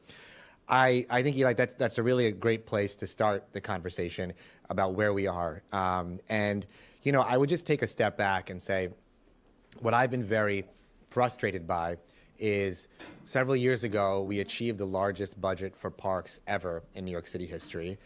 That was great at the time, but that was supposed to be a first step towards correcting course and increasing every year the investments in our parks budget. We all know in this room how woefully behind we are as a city compared to every other big city in America when it comes to our parks budget. Yet every year, we are battling against cuts to worker programs like the Parks Opportunity Program, battling cuts on every front when it comes to our green spaces. And then we in the council are fighting to reverse those cuts. So there's this artificial problem we've created of scarcity when it comes to our green spaces and deprioritizing those investments, and then we're fighting to put that money back in. So we're not moving forward at all. It's just we're treading water, and we can't afford to in this moment. And so that's been a deep sense of frustration for me, because that's not where we should be at all. You all have, and we know it too, and I make sure of it, staunch allies in the city council that will always fight for green space. With Speaker Adams and I working together on this issue, every year we in the council put forward a strong vision for our parks. And that's no different when it comes to this year. Today, you might have already seen, we have a press conference later today. We've released our council's response to the preliminary budget. And you will see, and I'm grateful to all my colleagues, they know that I won't stop talking about parks, and I'm very annoying about it. But what it translates into is you'll see in the preliminary budget the really bold vision for parks that we've put forward. Not just restoring cuts, but calling for much bigger investments with initiatives like clean, green, and safe parks. And thankfully, my council colleagues and were there with us to really push for that, to make sure that we got it into our preliminary budget response. But that's where we are. On the other side of the table, that's where the problem is, right? We've had our parks budget now going into this round is $642 million from last year, nowhere near where we need to be. But even in this budget, we're calling for these investments. The preliminary budget had no new investments in our parks. And I think Alan said it well before in the last panel, where we haven't had a partner in City Hall on this issue. We had a mayor that campaigned on it, but we have not seen any follow through, which I think is really important as we have the mayoral forum next week with all the parks groups on this issue. We need more at this moment than just words. We need action. We in the council are calling for it every time, but in the budget negotiation, we need that partner on the other side. But as I said before, you've got a really strong set of allies in the council, but we will keep pushing forward on this issue. Thank you, Councilmember. So I think setting the table as you just have, the bigger picture around the challenges of actually seeing a path forward to a level of funding that parks really need and that New Yorkers are asking for. I look at the fiscal picture, and it doesn't seem like it's about to get any easier. We mentioned earlier, $8 to $10 billion budget gap just sort of structurally in the city budget, potentially losing another $9 billion in federal funding that we haven't actually had to grapple with just yet. And I'll say one thing maybe to play devil's advocate for the other side of City Hall. The mayor is obligated by the charter to deliver a balanced budget one way or the other. The governor doesn't have to do that. The president of the United States doesn't have to do that. But the mayor of New York City does. And that leads to difficult choices and trade-offs any year. And it seems like that is going to get harder. So the reason I mention all this is to say, with a commitment to this vision of fully funding parks beyond the level of funding that we've seen to date, can revenue play a part in that? Do you see the possibility that your colleagues in the council could get behind an idea such as this one or others in our research or that you may have yourself to generate dedicated new revenue to help make that budget battle a little less vicious and to see a path forward where new revenues can be dedicated specifically to supporting parks? That's a great question. I mean, first, before answering that, just on your first part about the budget, this I think is where it all goes wrong on the City Hall side. It is, you have to come in with a vision. If we want to have an affordable, livable city where everyone thrives, we're seeing this in the national discourse too, and the presidential election results, you have to come forward actually first with the vision and then design a budget that helps to achieve that vision. And I don't believe that a vision of cuts is the way forward. You cannot cut your way to prosperity. You cannot cut your way to affordability. You actually have to invest in programs and resources and funding streams to support the very kinds of things that make our city more affordable and livable. And parks is a critical piece of that. And that's why even in this budget fight too, what we've all worked on together is to talk about parks as a central component of public safety. Talk about parks as a central component of a clean, livable city. That's obvious. We all know that in this room. But framing it that way really highlights how there are value choices to be made in this budget. And if we're going to hold up things like public safety, as this mayor does, if we're going to really achieve an affordable and livable city, well, you obviously have to invest in green spaces and parks where everyone spends their time. And The numbers, of course, you need a balanced budget, but there are ways to do that where you deliver on a vision. And that's where I think City Hall has fallen down completely on the budget. They're moving backward. There's no vision. And so it's dollars and cents being moved around, but with little regard for what actually translates into impact on the daily lives of everyday New Yorkers, especially working class and immigrant communities. Investing in your parks is a way to do so.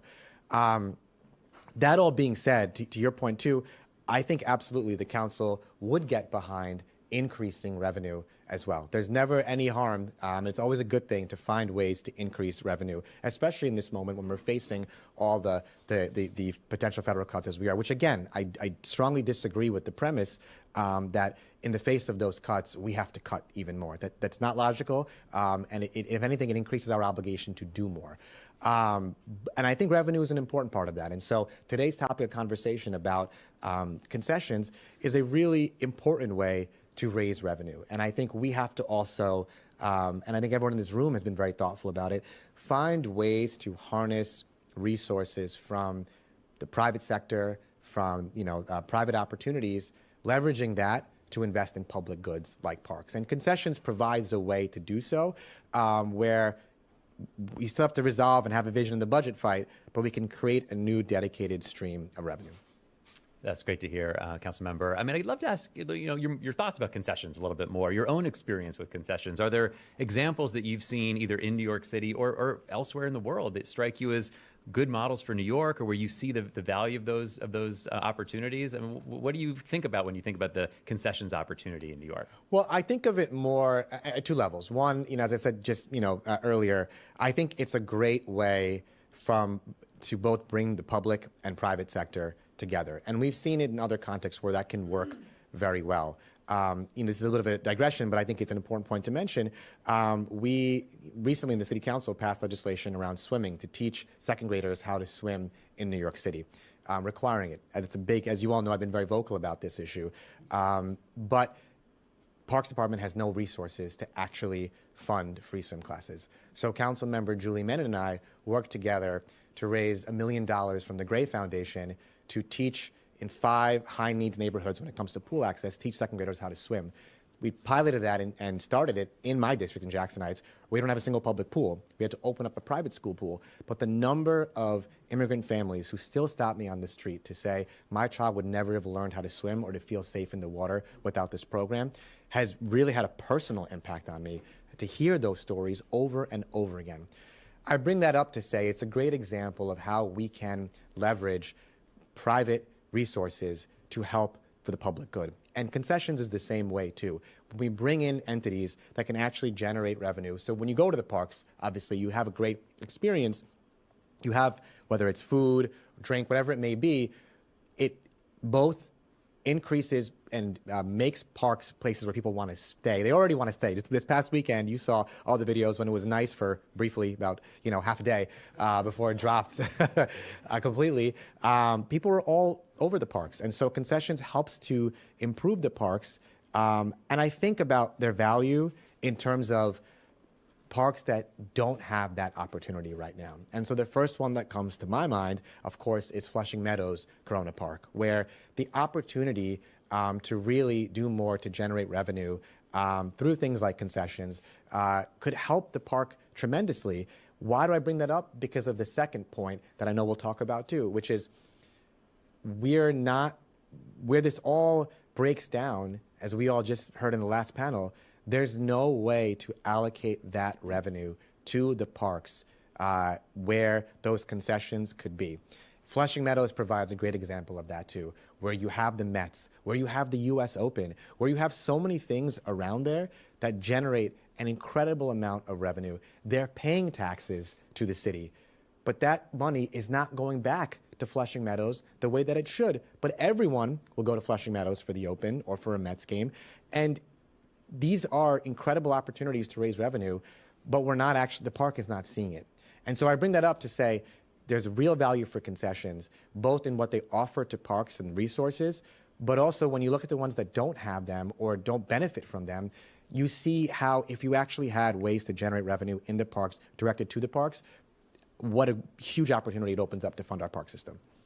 Yeah, Councilmember, I think you really hit on maybe the crux of the issue, and why for so many years, if not decades, parks' overall concessions revenue had been relatively flat. In fact, up until just 2 years ago, down 25% after adjusting for inflation. We've seen some real upticks just in the last year or so, 2 years. But some of that has been the renegotiation of agreements that have come up for renewal, adding a small surcharge onto some facilities like marinas, which we were actually Center for Urban Futures recommended. Much less of it has been from just totally new concessions, and we still only have 13, for instance, restaurants, full-service restaurants in parks across all 5 boroughs that are open to the public. In terms of creating new ones and making sure that the revenue stays within those parks, what kind of options would you be willing to consider? Do you think your colleagues would consider? Our research proposes a few paths forward.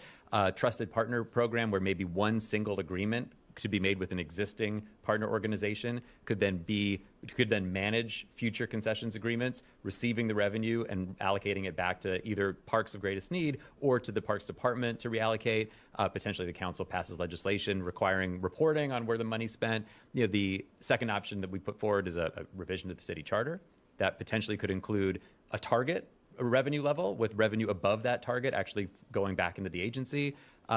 We talked about the idea of a partnership with the state to create a new Parks Improvement Trust.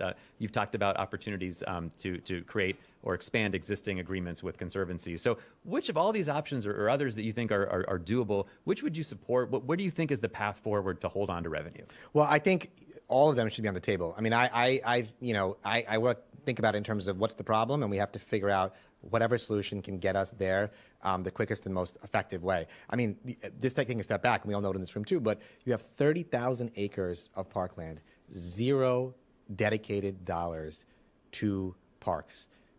That's, besides the budget, but $0 dedicated to parks from 30,000 acres. And you look at some of the parks here in this room too, through the conservancies and otherwise, that have been able to take good advantage of the concessions and things like that to redirect money back to their parks. There's a huge missed opportunity with our parks department. And so this is something that's been on my mind a lot, and I've actually spoken to people at City Hall about it, sadly now since departed. But they, and we wanted to work together on this issue because, and I would love with all of you in this room to find ways to strategize about it, because I think, every one of these options should be on the table. And I've heard conflicting things. Oh, it's a city charter issue or it's a state issue. I know the provision in the city charter that says it should go back to the general fund. And so, we got to think about what is the most effective way to do it. A charter amendment could be good, but what I worry about with that too is you see right now the games that City Hall has been playing with the Charter Commission. We created one in the council, or we called, and we want to move forward with one. This is something from the council side that is a top priority of mine with a council-initiated charter commission. But Mayor Adams, as soon as we did that, called a new charter commission to block ours. And so while a charter amendment, I think, is probably the best way to do it, I do worry about how the charter revision process can be subject to just politics that stands in the way of actual change. And so the other ideas of potentially having some sort of trust or some organization that really serves as an umbrella entity that works with different parks, I think may provide a more realistic and quicker way. I know other cities around the country have done that too, and we've talked about it as well, that have those models. And so I think we should look at that as well. So to me, it's a question of, let's look at them all, but let's also be realistic about how we can get there, because we need to get there quickly. And that's, there was one more point I was going to mention on that, but I'm blanking now. But it's just to say, I think we have to really look at all of these different options and see what can work. But the point I was going to make was, this is something that's going to be on my mind going forward too, in a project that I really want us to work on together. And again, I bring it back to Flushing Meadows as a great example, where there is an immense amount of revenue coming into that park. From that, there is an immense amount of taxes going back to the city. None of that goes directly to Flushing Meadows. And so that's an example that highlights this larger problem. And I'd love to work with you all to look at these different solutions. Thank you, Council Member. Well, I think we have some time for some questions. So if you're game, we'll open it up to our audience. So hands up, let us know your name. If you're here with an organization, try to keep your questions brief. We'll get to as many as we can. Flushing Meadows has come up a few times. I'll go to Travis here in the middle. Hey, Councilmember, Hey, nice Travis. to see you. You Travis too. Terry, the Mortal Strategies. I also sit on the boards of the Queensway and Flushing Meadow Park, so thank you for all your support. I see Anthony here too. So I just want to mention two things to maybe think about. Just as you were talking, I Googled the economic impact of parks, and the Trust for Public Land put an analysis out that's about $15.5 billion of tax revenues generated because of parks, with a $622 million investment. My math is probably totally off, but you're talking about a $10 to $15 to 1 ratio.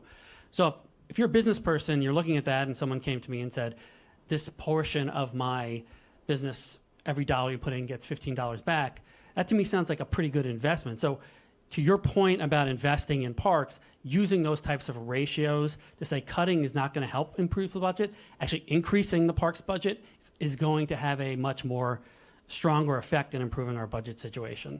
So I'd love if you can comment on that. The second thing I would just say is tourism is driven almost entirely by parks and cultural institutions.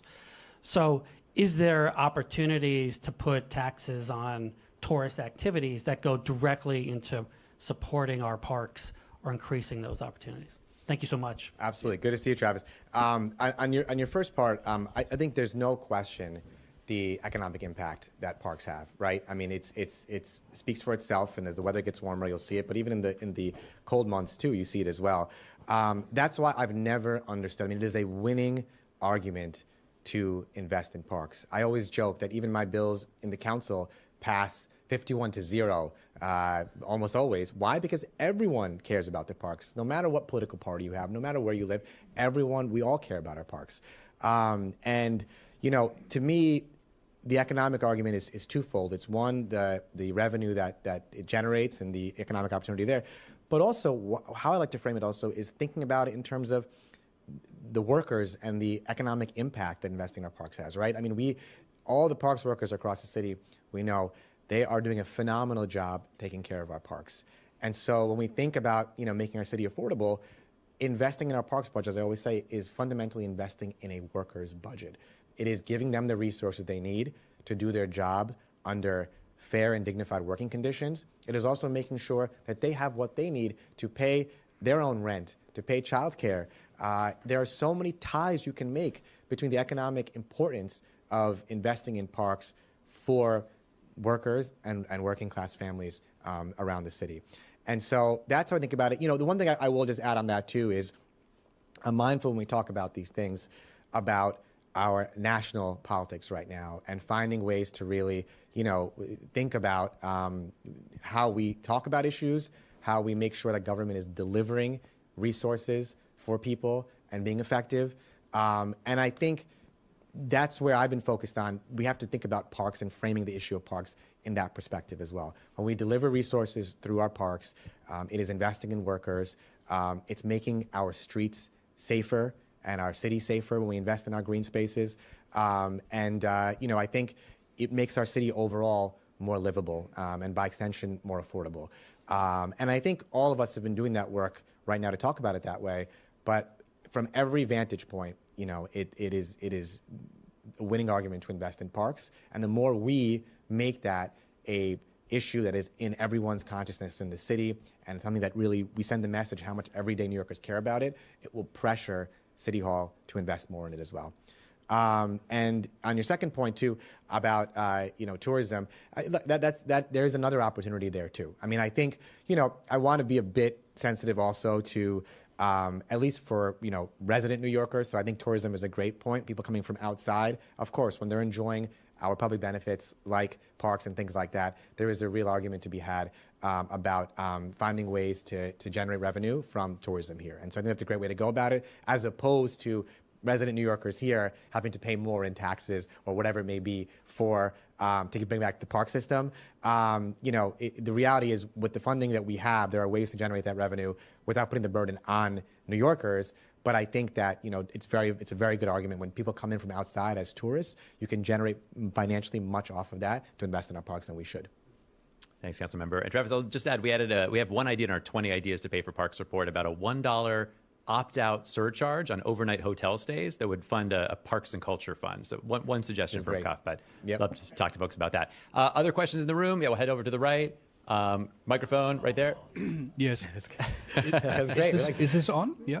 My name is Frank Henschke. I'm a professor of theater at the Graduate Center CUNY City University just for you to know, in the theater field, which used to be musicals and drama and ballet, all indoor spaces, worldwide, globally, is a great movement towards work outside, in the parks, in public spaces, activating public spaces that fulfills all the things you talked about, of debating, of combating loneliness, of finding a place in the community, but also bringing generations together. I think in Europe, 30 years ago, people had these discussions like you have here now, and actually cultural events. Nouveau Cirque, France has over 450 theater companies working outside now. Canada has that. These cultural events were often the beginning of a renovation and of a recreation and reimagination, a radical one, of parks, which then brought buildings, concessions, but also there was a belonging. As a tryout, we at the Siegel Theater Center, we will create together with Elena Sianko a festival. And the first one will be in the week after Labor Day, 3, 4, 5 days. And the idea is to, over the years, develop it in a big thing, like an Avignon festival or an Edinburgh festival, where tourists will come, New Yorkers will come, but especially in parks all around the city, in Bronx, in Queens and Harlem, everywhere, so people don't have to take a train, go to Lincoln Center to see something fun, but it's in their neighborhoods. And this will be a radical different idea, and I think it goes hand in hand with what you all talk about, and we're looking for partners to imagine that and to implement that, and I think what you all do here is just brilliant, and I think it coincides with our work, and I would like you all to invite to contact us, and also if you have ideas how to do it. We will have a company from Senegal coming to do a street theater, a company from France and Africa who does a tightrope walking at C Street Seaport, but then also in Marcus Gartley Park. So I think it's something that's in the air, and I think after Corona, the time where the people who stocked the shelves, drove the buses, worked in the hospitals, cannot afford to go to theaters anymore. I often can't because it's too expensive. So this is a new way to include a community, and I think the discussion you have here is so very, very important. Well, thank you so much, and for your work too. I think parks and public space and arts and culture are inextricably intertwined, right? Like I think and we have to think about it that way too. Our public arts and culture brings people to public spaces, and it makes them more welcoming. And the two examples I can think of, to your point, are, of course, as I mentioned before, our open street, 34th Avenue open street. We've had so many different cultural events, from small, salsa classes to, bigger festivals that have been there. And it draws out people where every day there are thousands of people now that use our open street to walk their kids to school in the morning, like myself and others. But doing more there not only brings people out for those events from an arts and culture standpoint, it brings people out throughout the year. The best example I can think of, to your point, is when we partnered with Public Theater last year to bring Shakespeare on the Park to Jackson Heights.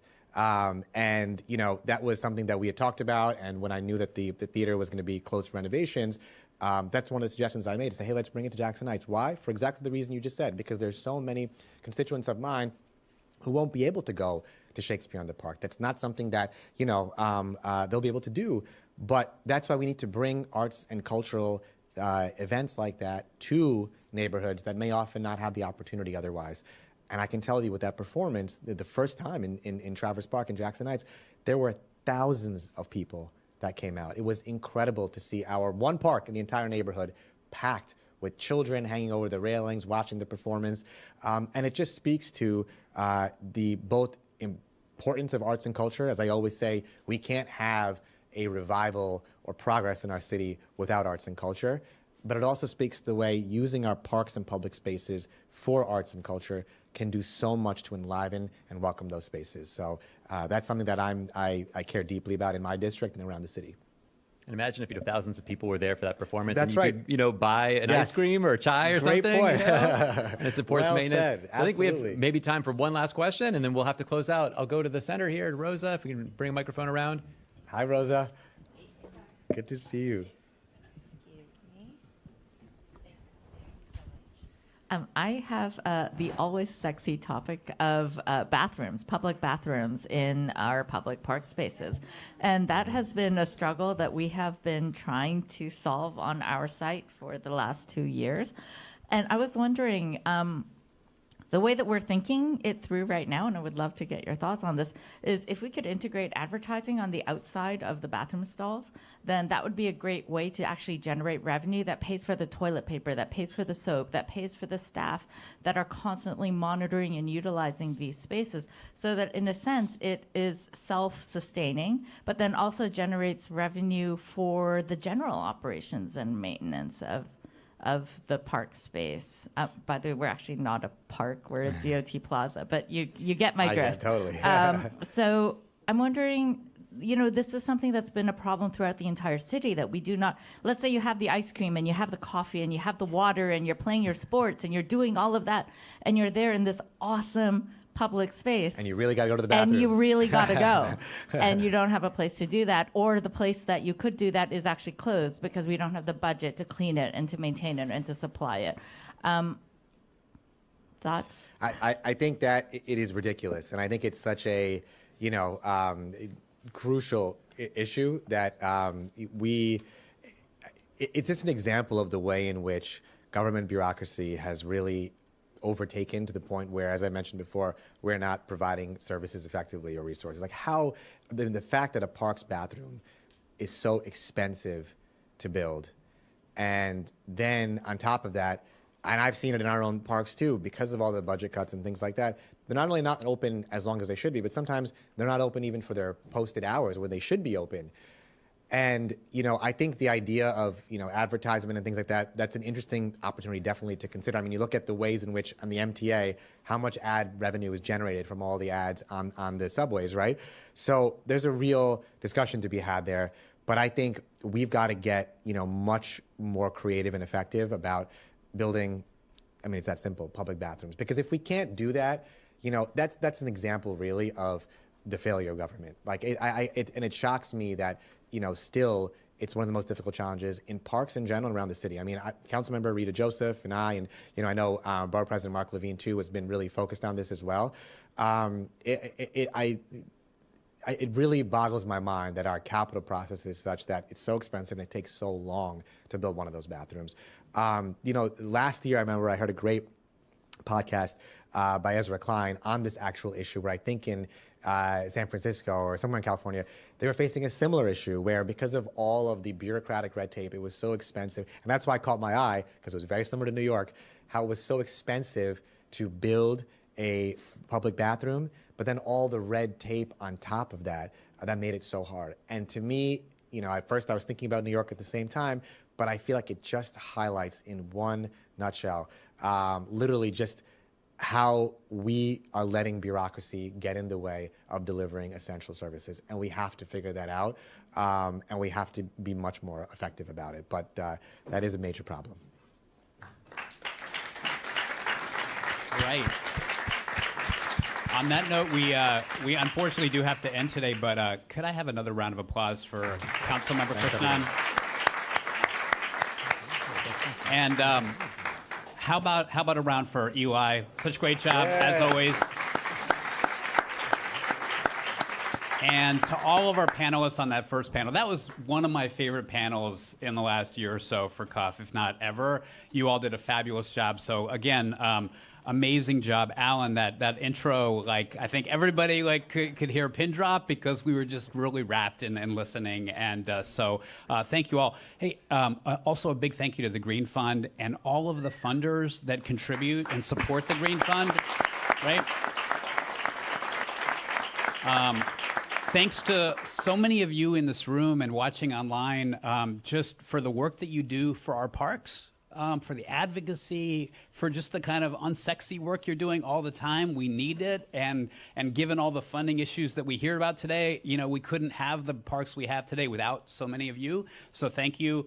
I want to also thank my staff at the Center for an Urban Future, I guess I just wrap up to say that I think that as we heard so many good ideas, so many creative ideas today, and I feel like we're going to need them. right? I think we're going through a time where, unfortunately, I wish we didn't have to say this, I didn't have to admit this, but we're going to need these good, creative, alternative ideas. And I think to the council member's point, not just for creating new revenues, but also for getting smarter about how we're using the dollars in our parks and in our libraries and those capital processes and bureaucracies, like he said. Unfortunately, that's just the reality today. So check out the report that we launched today that John Sirico wrote about this idea around developing new revenue streams from concessions. There are opportunities out there. We heard a lot of them today. We've got to really kind of build on that. We also put out a report a couple months ago that you should check out about another idea around a potential ticket surcharge on stadiums that are in parks that could benefit parks.